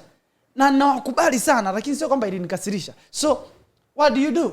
What you do is just be you, you know? And Mungu amekuweka hapa kama mwanaume. Wewe una bahati sana kwamba wewe ni mwanaume. You have to understand that. Kwa hiyo ngoja nikuelezee jambo. Hichi kitu probably kitakusaidia. Na hichi kitu nimekuja kujifunza kwa miaka michache iliyopita. Wanaume sisi tumebarikiwa jambo. Sisi wanaume waga na tunarudi huyu na yule wa kwanza, tofauti zao sio nyingi sana. Huyu kwamba apati response kutoka kwa wanawake ni kwa sababu labda wanawake hawahisi kwamba yeye ni attractive kiasi hicho, au hawahisi kwamba wewe ni ligi yao. Sasa kitu ambacho unaweza ukafanya ni kuwa confident in yourself, kufanya self actualization naoga naita, kuhakikisha you are confident in yourself, unahakikisha kama una talanta unazichase hizo talanta. Wanawake hawapendi wanaume ambao they don't chase their dreams, they're not involved in their lives, they're not responsible with their lives. Kwa hiyo just do that. Yani angalia vitu unavyoweza. Maisha yako ya kifinancial yako vizuri, kama yako vizuri, basi tafuta namna, pambana nayo. Hata kama nyumbani bado hako vizuri, yani as long as unaonesha you have a direction kichwani, wanawake they always notice that. Kwa sababu you can always project that ukiwa mbele ya watu. Kwa hiyo kwenye hilo jambo, badilisha jinsi unavyotaka uwe. Kama unataka uwe na muonekano fulani, unataka unavaa namna fulani, tafuta jichange hela, badilisha muonekano wako. Kama unapenda kuwa unavaa vizuri, wekeza kwenye mavazi, vaa vizuri, wekeza kwenye viatu, vaa vizuri. Oga. Atasema bado nakataliwa. So I'm telling you this, lakini just take care of yourself, man. Just be yourself, take care of yourself, kuwa confident. I think everything is going to be fine. Yeah. Na wanawake wengi they will flow kwa sababu timeline ya mwanaume waga inakuaga hivi. Yani inazidi kupanda. Mwanaume kadiri anavyokuwa their self worth waga inapanda. Mwanamke it's different tofauti. Mwanamke anazaliwa akiwa na thamani.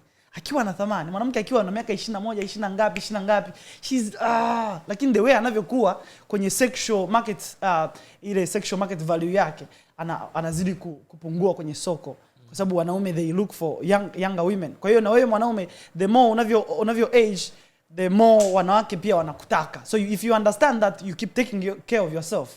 So mimi I think that, kwa hiyo take care of yourself, man.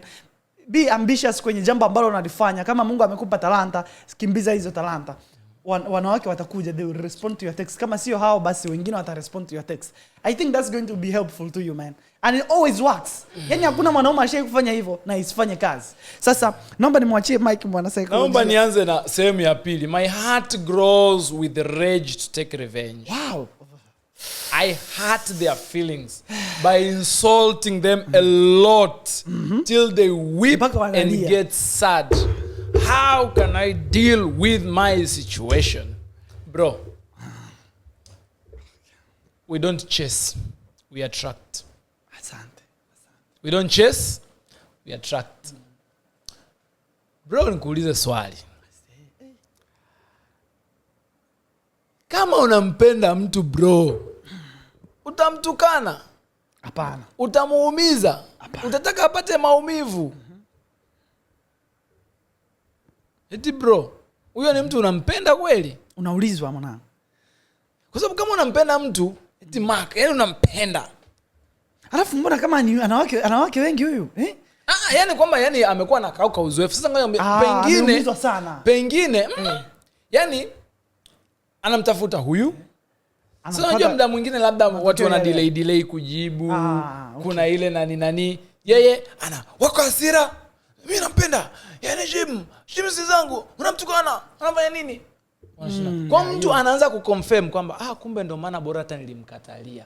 Kama tu hivi ameshaanza kunitukana. Ameshaanza kunitukana sasa hivi. Kwa hata kama huyu ningemkwanga nitesa.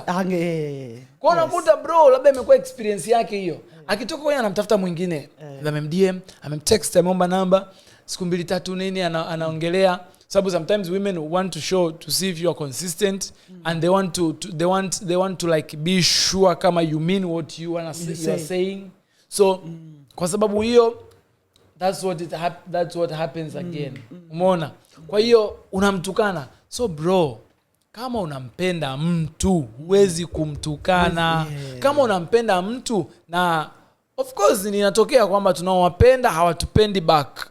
These are very common experiences kwenye mahusiano. Yaani unaweza kuwa unampenda mtu lakini yeye hajakupenda. Na mtu yeye anaweza akakupenda lakini wewe hujamuelewa. Na kuna ile sasa. Nakupenda, mahaba, unampenda. Mahaba ndindi. Yaani hiyo ukiexperience, umeko experience Mark? Hiyo ya kupendana sana? Ndugu yangu nisianze hapa. Kuna kitu unaweza ukao hujaelewa. Kama hujaeko experience hiyo huwezi kuelewa. Inabidi ufanye utafiti. Inabidi yani. Umeona? Kwa hiyo at the end of the day ni kwamba unatakiwa umruhusu mtu kama unampenda acha na uhuru wake. You love them, show them that you love them and care about them. Sababu women want to get safety. Kwamba ninapokuwa na huyu mtu ninakuwa salama. Hata kama you have been chasing for a year or for years. Kama unaweza kuchase for a year, that's how some women basically kuna baadhi ya mahusiano watu wamehangaishana hivyo muda mrefu. Kwa muda mrefu. Kwa sababu kweli that is what you wanted and you showed that you really loved that person. Sasa kwamba una propose alafu mtu harespondi vile unavyotaka. Kwa hiyo unaingia na mtihani. Sasa bro, I don't want to say there is this narcissism tendency. Sitaki kusema bro ni narcissistic, lakini bro reflect kwamba why do you want kwamba lazima, why do you want to take revenge? Why are you hurting their feelings? And I really love the point ninakupenda bro kuliko vitu vyote. How can I deal with my situation? Yes. Bro, if you can come here, I can give you a free therapy session. Okay. We can talk about this for free. Ndugu yangu, hakikisha unabuku hiyo session. Yani ninapenda sana hiyo awareness yako ya how can I deal with my situation. Kwa sababu kumbe imetokea a number of times na umegundua kwamba this is not things are supposed to work out. Yes. How can I deal with it? So bro, kwanza tambua ukimpenda mtu still they can be free not to love you. Mungu anatupenda sana. Kuna upendo kama wa Mungu na sisi. Lakini sisi ni wakora ila yuko tu. Yeye ametupa nini tunasema ametupa free will. Ya sisi kumpenda yeye. Hajatudictate. Hajatufanya tulazimisha. Sasa kuna upendo kama wa Mungu. Sasa unampenda mtu tunaanza kumlazimisha bro. Unapenda mtu unaanza kumlazimisha.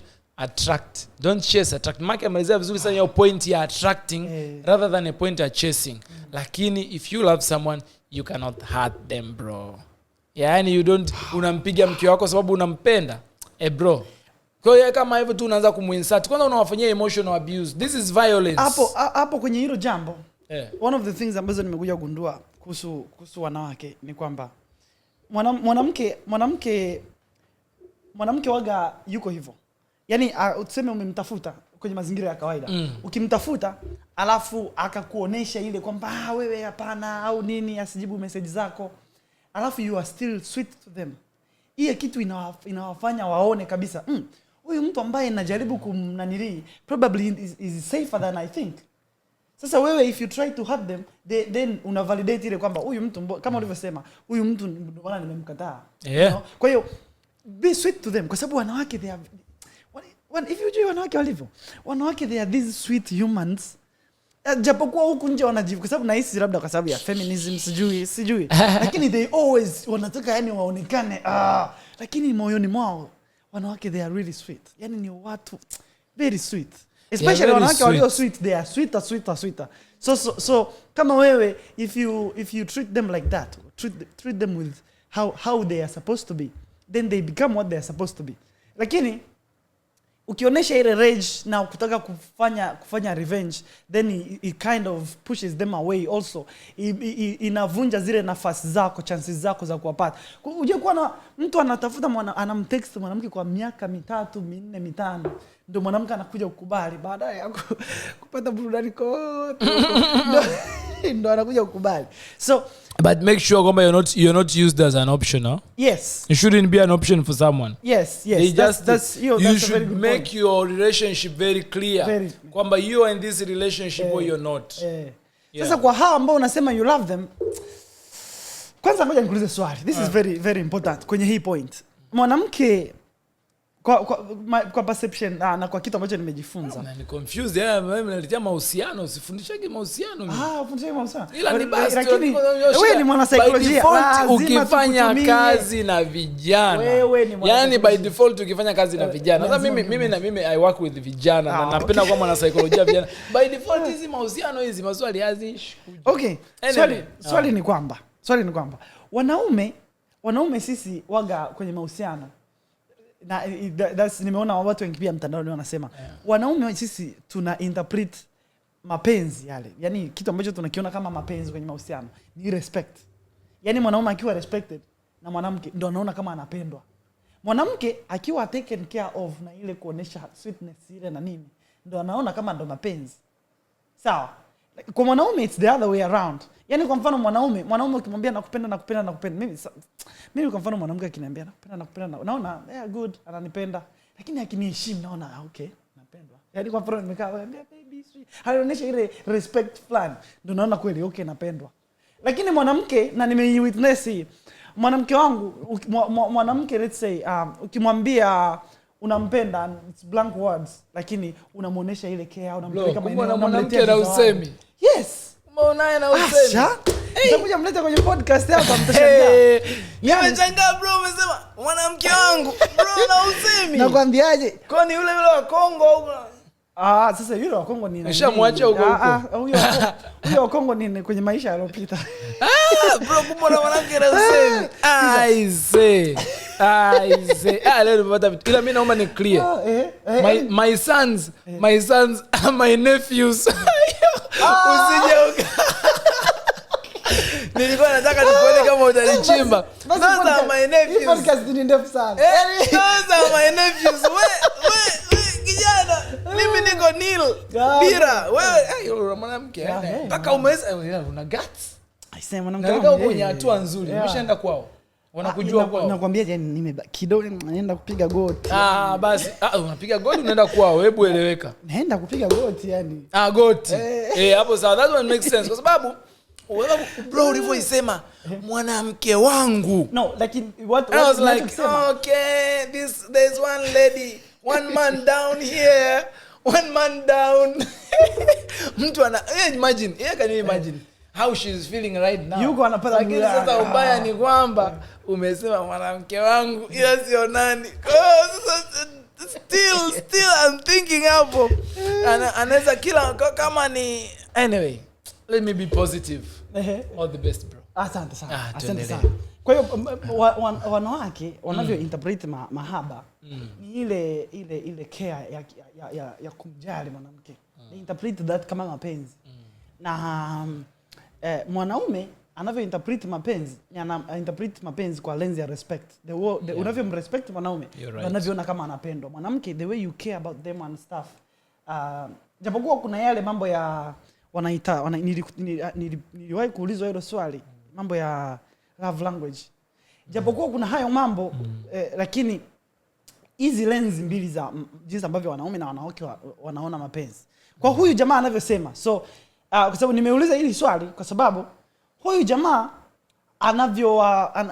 anasema anawa text wanawake lakini they don't respond, na anasema anawapenda. So probably labda namna yake ya kupenda ni tofauti. Okay? Labda anawanyenyekea sana, something like that, which wanawake wengi waga they don't perceive hiyo kama mapenzi. So tubaki kwenye hiyo labda. Yes. So say something on that one. Yeah, so namna tunavyopenda. Okay, there is a lot of theories. But hiyo moja uliyosema ni nzuri na it really works kwamba respect is kwa taking care. I think that cuts across. Is the love languages, all those are theories, Okay. Lakini what I would say about basics ya kuestablish love language au ya mtu kupenda au kufeel kama they are loved. The reason why I don't talk or I don't teach kuhusu mahusiano kwa sababu generally is that. Kwa nini? Kwa sababu like vijana ama watu wengi ambao wanafundisha, we are telling people the do's and don'ts. Mahusiano doesn't work by do's and don'ts. Kwa sababu one thing in a helping profession in psychology ni kwamba people are dynamic. Mimi Mark uliyekutana na mimi years ago, tumesoma high school. Were we making this funny? You always would come, you will talk serious talks only. Would you even imagine kwamba Barnabas can be fun like this on a podcast and joke? You might not have expected that, sindio? Yes. Kwa hiyo people are dynamic. So because people are dynamic, but again people are individuals. Kila mtu ana experience yake. Kwa mimi chenye naweza nikawaambia watu, yes, hiyo lens ya wanaume na kuwa respected, wanawake wanapenda kuwa taken care, that is very true. Lakini kuhusu love languages na vitu tunavyofanyana vyote vina kuwa influence na vitu vingi. Kuna upbringing ya mtu, kuna culture inakuja. Kwa mfano there is this tendency, kwa mfano you know why do I tell people don't search for love? It's because as you search for love, you will be searching to heal your wounds. Kwa pale ambapo wewe una jeraha, yule mtu ambaye ataonekana kama jeraha lako analikumbatia. Kwa sababu wewe hujui kama una jeraha. Jeraha lako kama unalikumbatia, utaona sasa hiyo ndio mapenzi. And that is the reason tunasisitiza kwa nini kwa mfano like raising watoto wa kike tuwapende nyumbani. Yani if they like at home, they are loved, they are told they are loved, they are hugged, like wanapata mahitaji yao, boda hizi kumdanganya ovyo ovyo. Lakini if there is something they are missing, if there is something they are missing these kids, ndio maana mambo ya wazazi wa pande moja na kuleta changamoto, sababu unakuta kuna kitu kina miss. Kwa katika mtu labda ana miss father figure au mother figure. Kwa hiyo ana lile jeraha. Kwa hiyo kwa sababu she is now searching or looking, atakayetokea kulikumbatia tu lile jeraha. Anaweza akawa na mahusiano naye hata kama it's not a healthy relationship. Simply because amelikumbatia jeraha lake. Kwa you shouldn't go searching for love. Lakini mauspenzi yanatakiwa yatokee. Okay. Yani you know when you meet someone, you can meet someone. Mimi I will tell wewe the experience yako ya kupendana kwamba hapa tulipendana, this experience tulipendana. Did you plan or did you go searching for it? You tell me Mark, did you go search for it? Au ilitokea tu? Yani ile experience yako kama tulipendana wote. Ulikaa ukaanza kutafuta, will it happen? It happen. Love happens, yes. Love happens. We don't like walk because unajua upendo pia ni fumbo. Decisions kama za kuoa hiyo ndio inahitaji logic. Lakini upendo ni fumbo. Kwa hiyo kwa sababu upendo ni fumbo, naweza nikasema kwamba you have to know mwenzako. Yani wewe unatakiwa umjue mwenzako anapenda vitu gani na nini. Yes, unaweza kuwa sehemu ya kuponyesha majeraha yake, unaweza kuwa sehemu ya kumuumiza, lakini ukimjua mwenzako kama individual. And above all ni vulnerability. Yani if you cannot be vulnerable, guys, that is not a relationship. Yani hiyo ni red flag kubwa sana. Sema tu tunakuwa tunangangania, yani sisi vijana sijui nani aliyetuloga. Na nikauliza sijui nani ametuloga. Kwa sababu like you're not vulnerable. You're using a lot of energy. Love isn't using a lot of energy. Yes, there are moments we can be up and downs, ni kweli.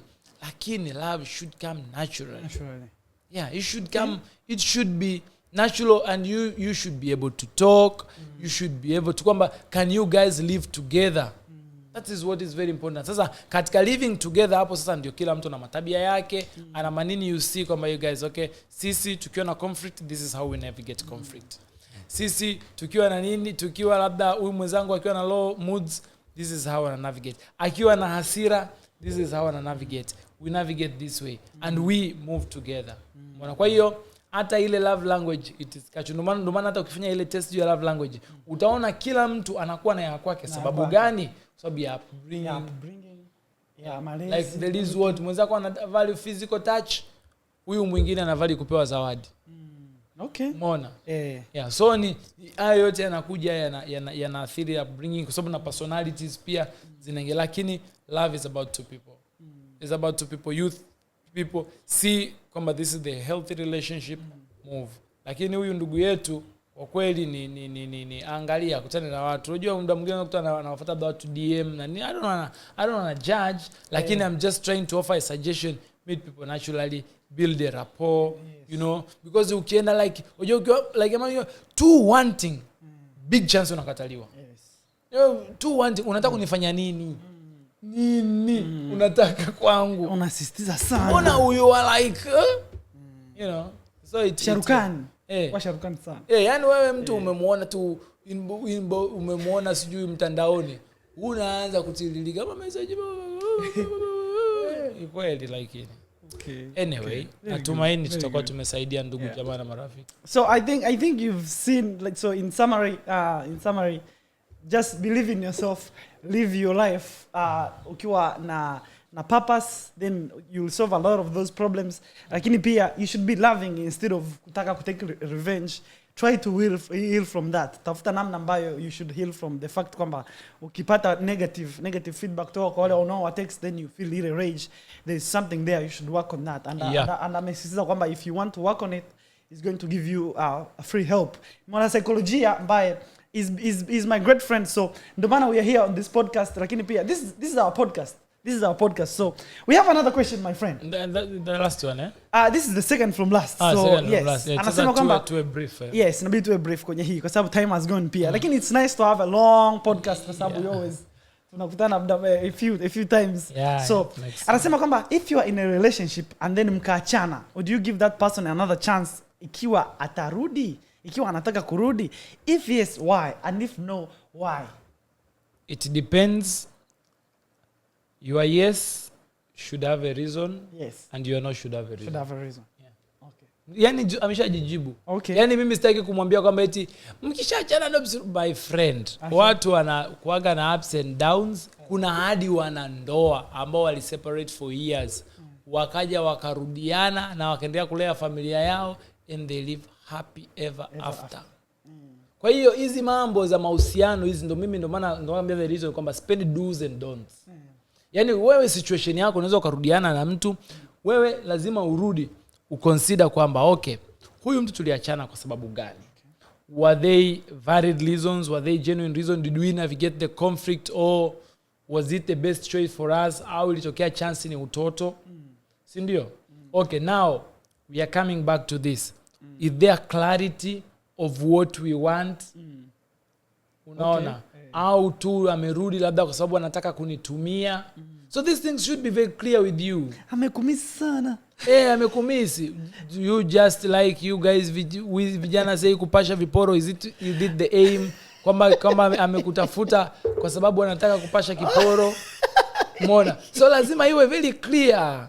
Uwe clear ujue kwa nini unarudi. Umeona? Na hiyo clear sio tu kwenye maswali. Yaani wewe mwenyewe utajua okay, I still love him. Wewe unataka unampenda, unaona kama bado anampenda. Kwa kama unampenda okay, I'm propose. Uje unaona kama kile kilichotenganisha kwanza, is there a change? Oh, okay. Is there a change? Kama no, so lazima kuwe na sababu ambazo ni very specific. Yaani hii ni situation rahisi tu ambayo unahitaji tu kuievaluate rafiki yangu, uone kwamba hapa kweli kuna badiliko limetokea and this is what we can do. Hapa hakuna badiliko na naona kwamba we still need time. You can even give conditions kwamba okay, me, yes, I still love you, but for sure if you are with me, this and this is what we should do. I want a clarity of my life because we are not just living date. Yani kama umeamua, kama unauliza swali like unataka tu kudate for dating, sawa, yani mimi sina shida. Yani unajua one thing I respect people's decisions, yeah, because I'm not teaching morality here. But I respect your decision, my friend. If you're just dating for dating, that's good. So beautiful. Lakini if you really want a healthy relationship, it should be very clear. Kwamba what is the clarity, what you, and you will see these things. Yani these things, tena kama mlishawahi kudate na mkaachana, yani kuna big chance kwamba ukaweza kuevaluate ile uhusiano lenu vizuri zaidi kuliko hata ile mara ya kwanza. Sababu pale mara ya kwanza ilikuwa ni ile infatuation love. And sometimes people we are just infatuated. Asa unajua kwenye infatuation wanawaambiaga hivi vijana. Naambiaga hivi, sikiliza. Ukiona mtu uko infatuated, kwanza jua. Infatuation ni ile mimi nasemaga yani ile penzi kipofu. Ukiona watu wanaenjoy penzi kipofu lao, sikiliza. Jua kabisa kwamba hawatakusikiliza. Yani that one you should know. Okay, ndio ule ushauri. Hawatakusikiliza. Hata kama anaingia shimoni.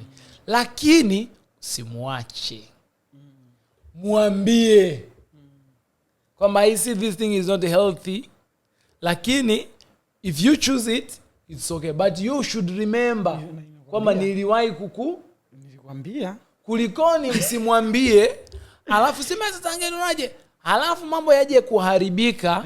Atasema yani kama mnaniangalia tunapotea, you know, au linaweza likatokea tatizo kubwa. Yani bora muwe hiyo kama Pilato, yani mmenawa mikono yenu kwamba bwana this thing is not healthy in infatuation.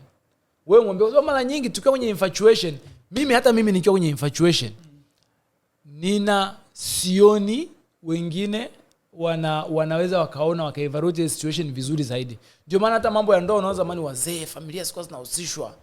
Yani wao sasa wanaona objectively zaidi kwamba ili uhusiano na hii familia na tukaungana nao, wao watu wanaweza kuungana more objectively kuliko wewe ambaye umebeba mahisia tu hapo na vitu kama. Kwa hiyo it's good to tell this person.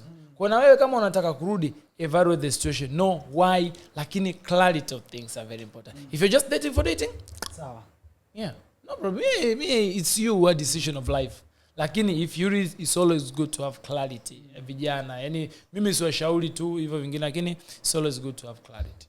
Clarity is very very important kwenye maisha if you really value it. Yeah. Na kwa nafundisha mahusiano leo yani. Nakuchosha sana. Yani tu nina mimi kwenye hili kwa kweli sina ushauri. Umewahi kurudiana ex wako? Sina ushauri. Ninauliza swali. Umewahi kurudiana na ex wako? Nasemaje? No comment. Umewahi kupasha kiporo? No comment. Tuendelee na swali jingine. Mark hana comment kama amewahi kurudiana ex wake. Sina comment. Mark hana comment kama amewahi kupasha kiporo. Tuendelee. Okay. And people will be like, psychologist, usiseme wewe umesema huna comment. Na maswali yangu pia huna comment. No, kwenye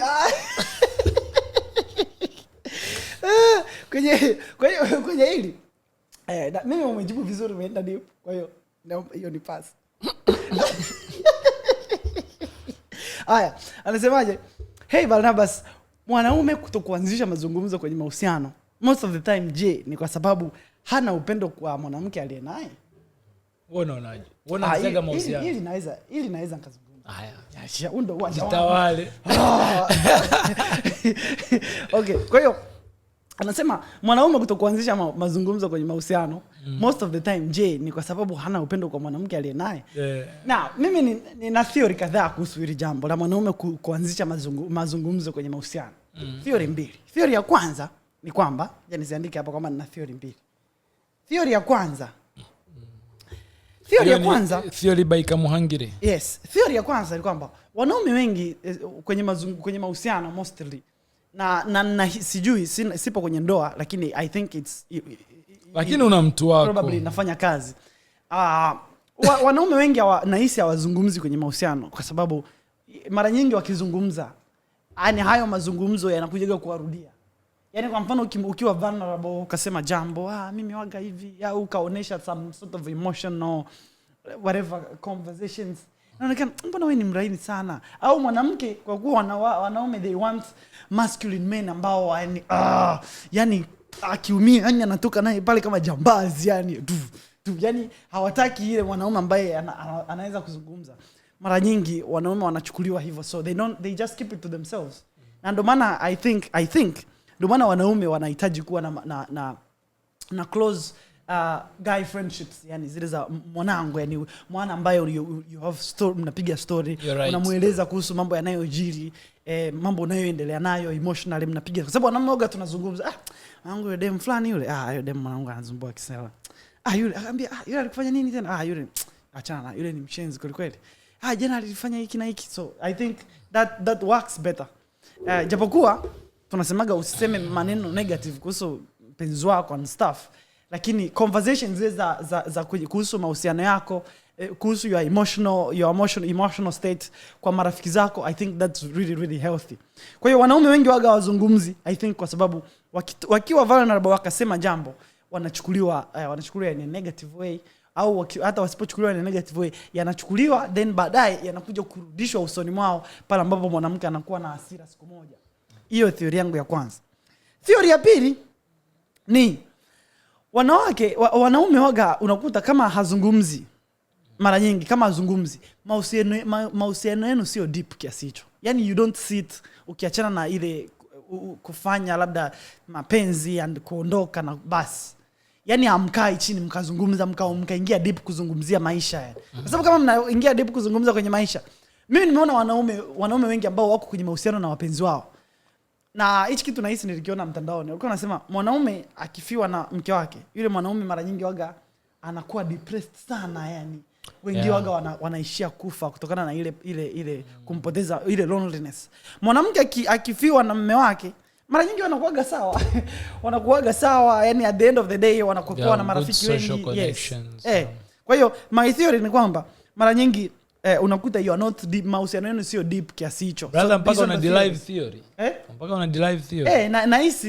Nahisi hivyo. So hizo ndo theory zangu mbili. Kwa hiyo sio kwamba hakupendi, mara nyingi unakuta anakupenda lakini hamjaingia deep kiasi hicho kwamba hamjaanza kuvua guards zile yani, kwamba kufika kwenye state ambayo mna have conversation, mnawaza mara mbili, mnasikilizana, mnaelewana, mnapanga mipango. Sidhani kama mmefikia huko. Na believe me, kuna stage ambayo kwenye mahusiano watu wanafika. You have talked so well Mark, kwa sababu nimesisitiza sana kuhusu vulnerability. No one opens up if they are not safe. Mwanangu. No one opens up if they are not safe. So it depends on their upbringing, it depends na kadhalika. Kuna wengine yani ni kama kitabu ambalo liko wazi. From day one tu ukiongea kitu amesha open up kila kitu. Penzi hata lijafika wiki.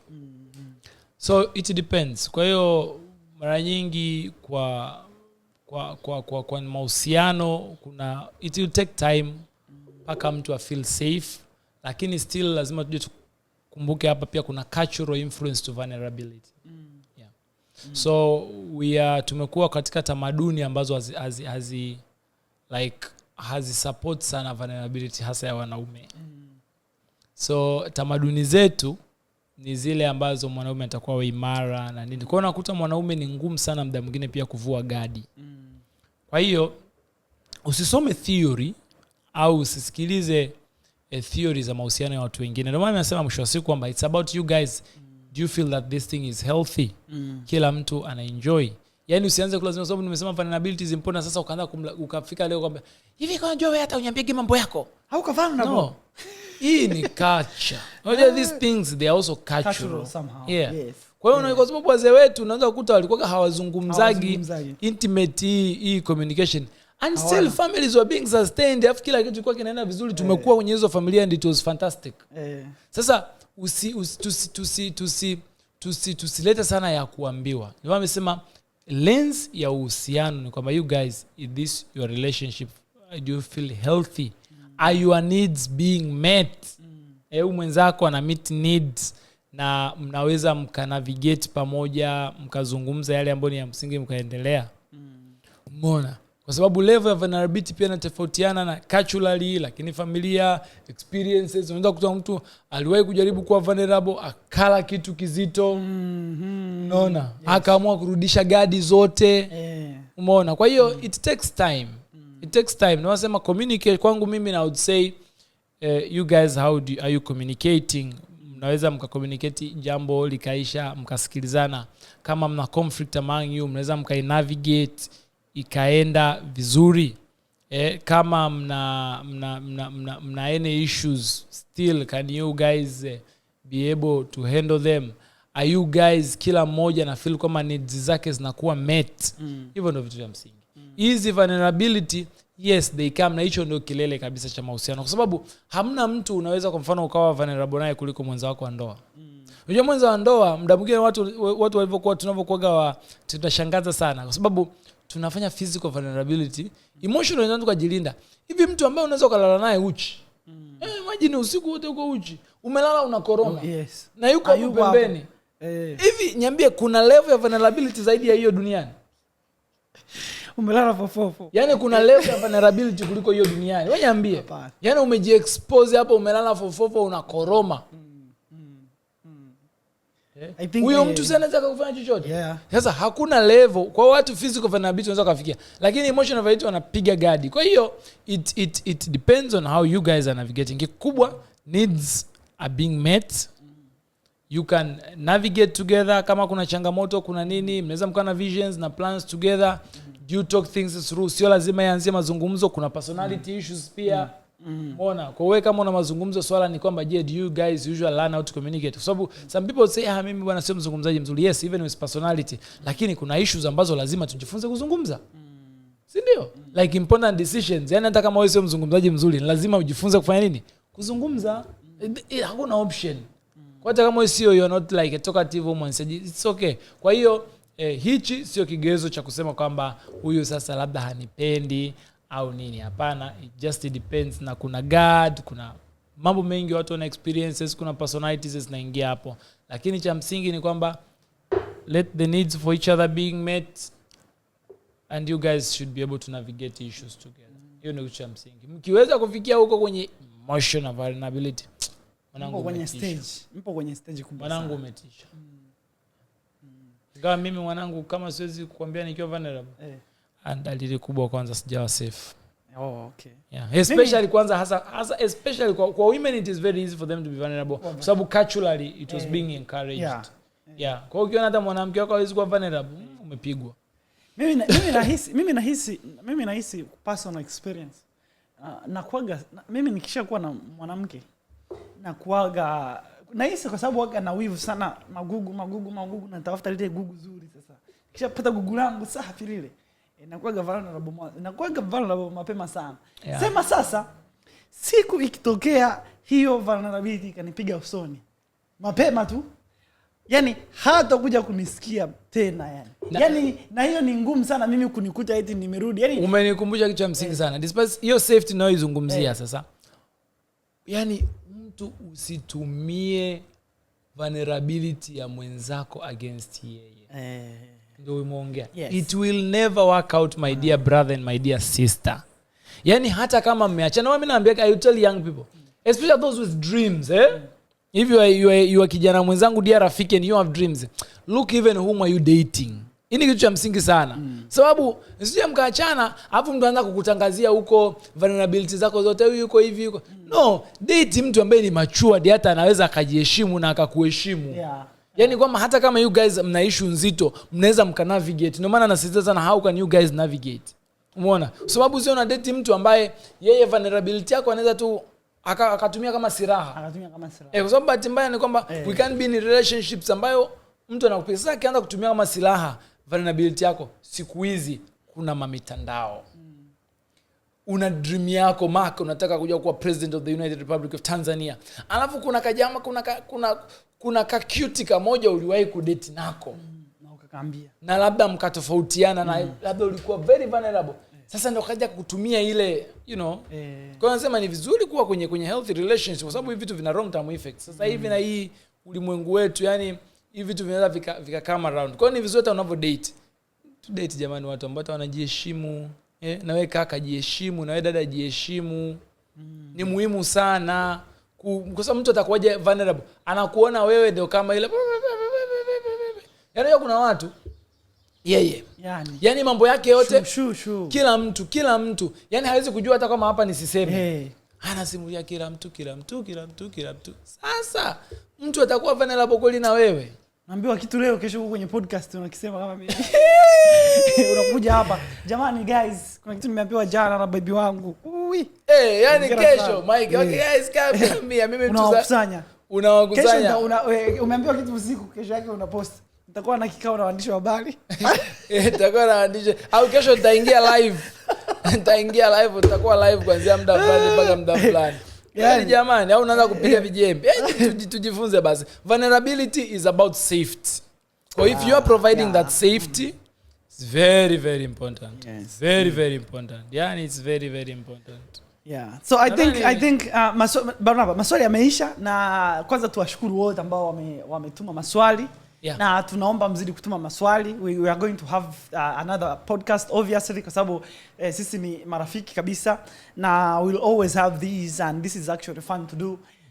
Kwa hiyo tunaomba sana, especially acheni maswali kwenye comments, tutayakusanya. Lakini pia unaweza kumfollow Barnabas kwenye account yake ya Instagram pamoja na Twitter. Yuko very mitandao yote anatumia Barnabas Nkinga. Yuko very active. Tutaacha social media zake hapo chini, lakini pia kwenye comments unaweza kaziona. Hakikisha umetufollow kwenye social media Zillim Digital pamoja na, by the way, hii podcast imekuwa sponsored by Zillim Digital, na Zillim Digital ni social media marketing agency. Tunasaidia vijana kuanzisha na kukuza biashara mtandaoni, especially kwa kutumia degree zenu, kwa sababu ni rahisi sana kubadilisha degree kuwa biashara, especially kwa kuwa ukiwa na msaada wa karibu na wataalamu kidogo, aka mimi. So if you need support, takuachia link ya kuweka appointment. Unaweza kaja hapa ofisini au hapa kwenye studio hapa, then we can have a conversation. Lakini Barnabas, what do you have coming up? How, if people need help, how can they so basically I do programs. I love doing programs kwa sababu naona zinakutanisha watu. So we have a mental health gym. Okay. So nice. We are thinking of one activity at least to round up the year. Sisi kwenye mental health gym tunachokifanya, tuna strengthen muscles, the mental health. Yani unajua afya ya akili pia unaweza kuingia gym. Kwa hiyo tunajenga resources.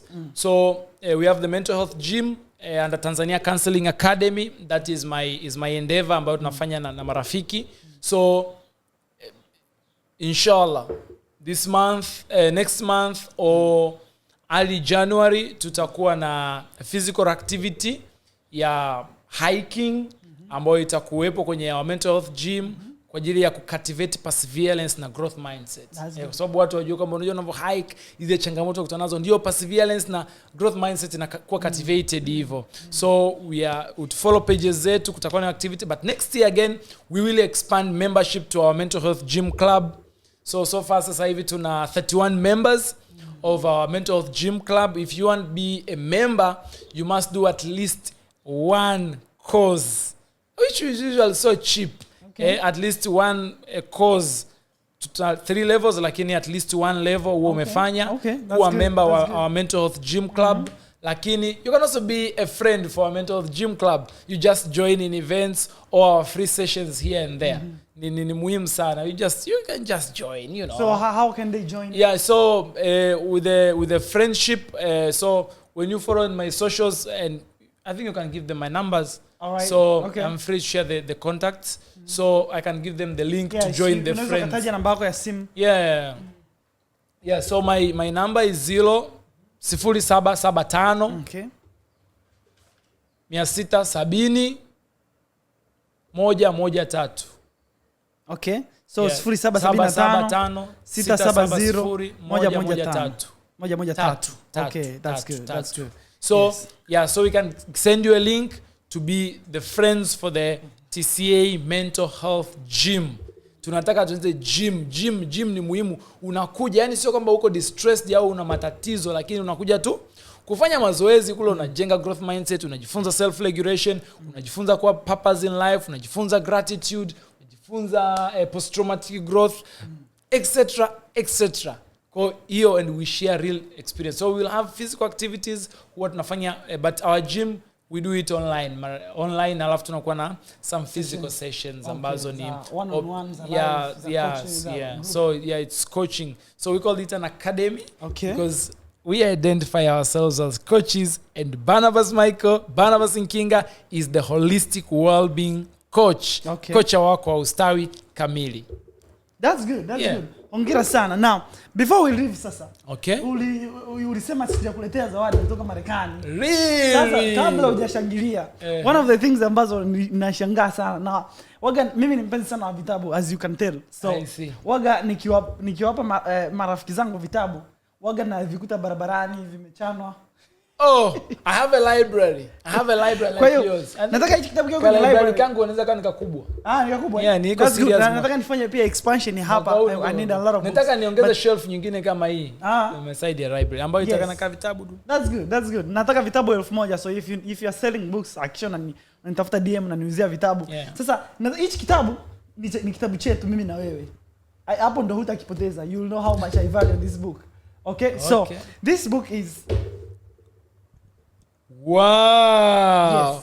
Guys, it's like a psychiatric diagnosis, and basically I have started my residence program in clinical psychology, and this is a gift from Mark. Niseme nini sasa? Yes. It has been so. Kwani nilikwambia kama I'm starting my residence program? Hapana, ukuniambia. Sijakwambia? I'm starting on Monday. On Monday naanza my resident program ya clinical psychology ya kudeal na mental disorders.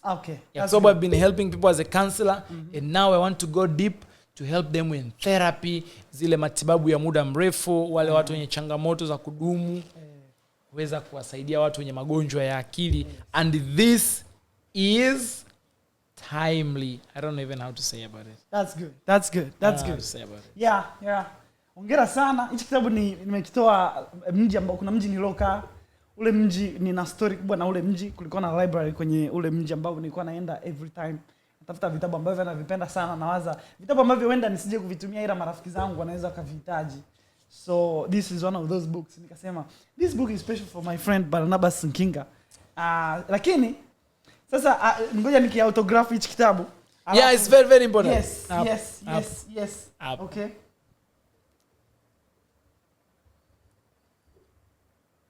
Jamani, wewe mna rafiki zenu wanaenda Marekani. Una rafiki? Nataka niongee kama Eliudi kwamba rafiki zako wote wanajua tu mwisho nani? Mwisho mbwinde. Kweli jamani, naona marafiki hata wanaenda Marekani. It's very very important. Jamani guys, this is a very beautiful gift. I cannot explain how emotional I am. I cannot even explain how emotional. And I say, unajua these 2 years, ninatakiwa nisome line by line. We have more than 300 mental disorders. So, line by line, ninatakiwa nisome hichi kitabu. Mark, thank you very much. Welcome. I'm really glad that nimeguswa. You have shown you have nimeguswa. Mwana psychology nimeguswa. All right, I'm so happy that you guys have watched this podcast for 2 complete hours, and I really appreciate you guys for watching this to the end. Thank you Barnabas for always showing up on this podcast. Thank you for always supporting this podcast and always sharing clips and our videos. Please share this, subscribe to our channel, lakini pia share our clips utakapoziona, share conversations ambazo unaona tumeziongelea kwenye hizi video na marafiki zako, au share na watu ambao unahisi kama unaweza kuhusika kwenye tukawasaidia kutatua changamoto zao. Hakikisha umetufollow on our Instagram. Mimi naitwa Macbenvix, anaitwa Barnabas Nkinga, and we hope to see you on the next one, and I hope to see you guys on another episode, which I will be having another guest on this episode. It's called the Comehanghere podcast, sponsored by Zillim Digital, and I hope to see you guys always. Thank you guys, and peace be upon you. Thank you. All right. My friend, thank you for always showing up. This was so beautiful, man. This was so beautiful. so beautiful.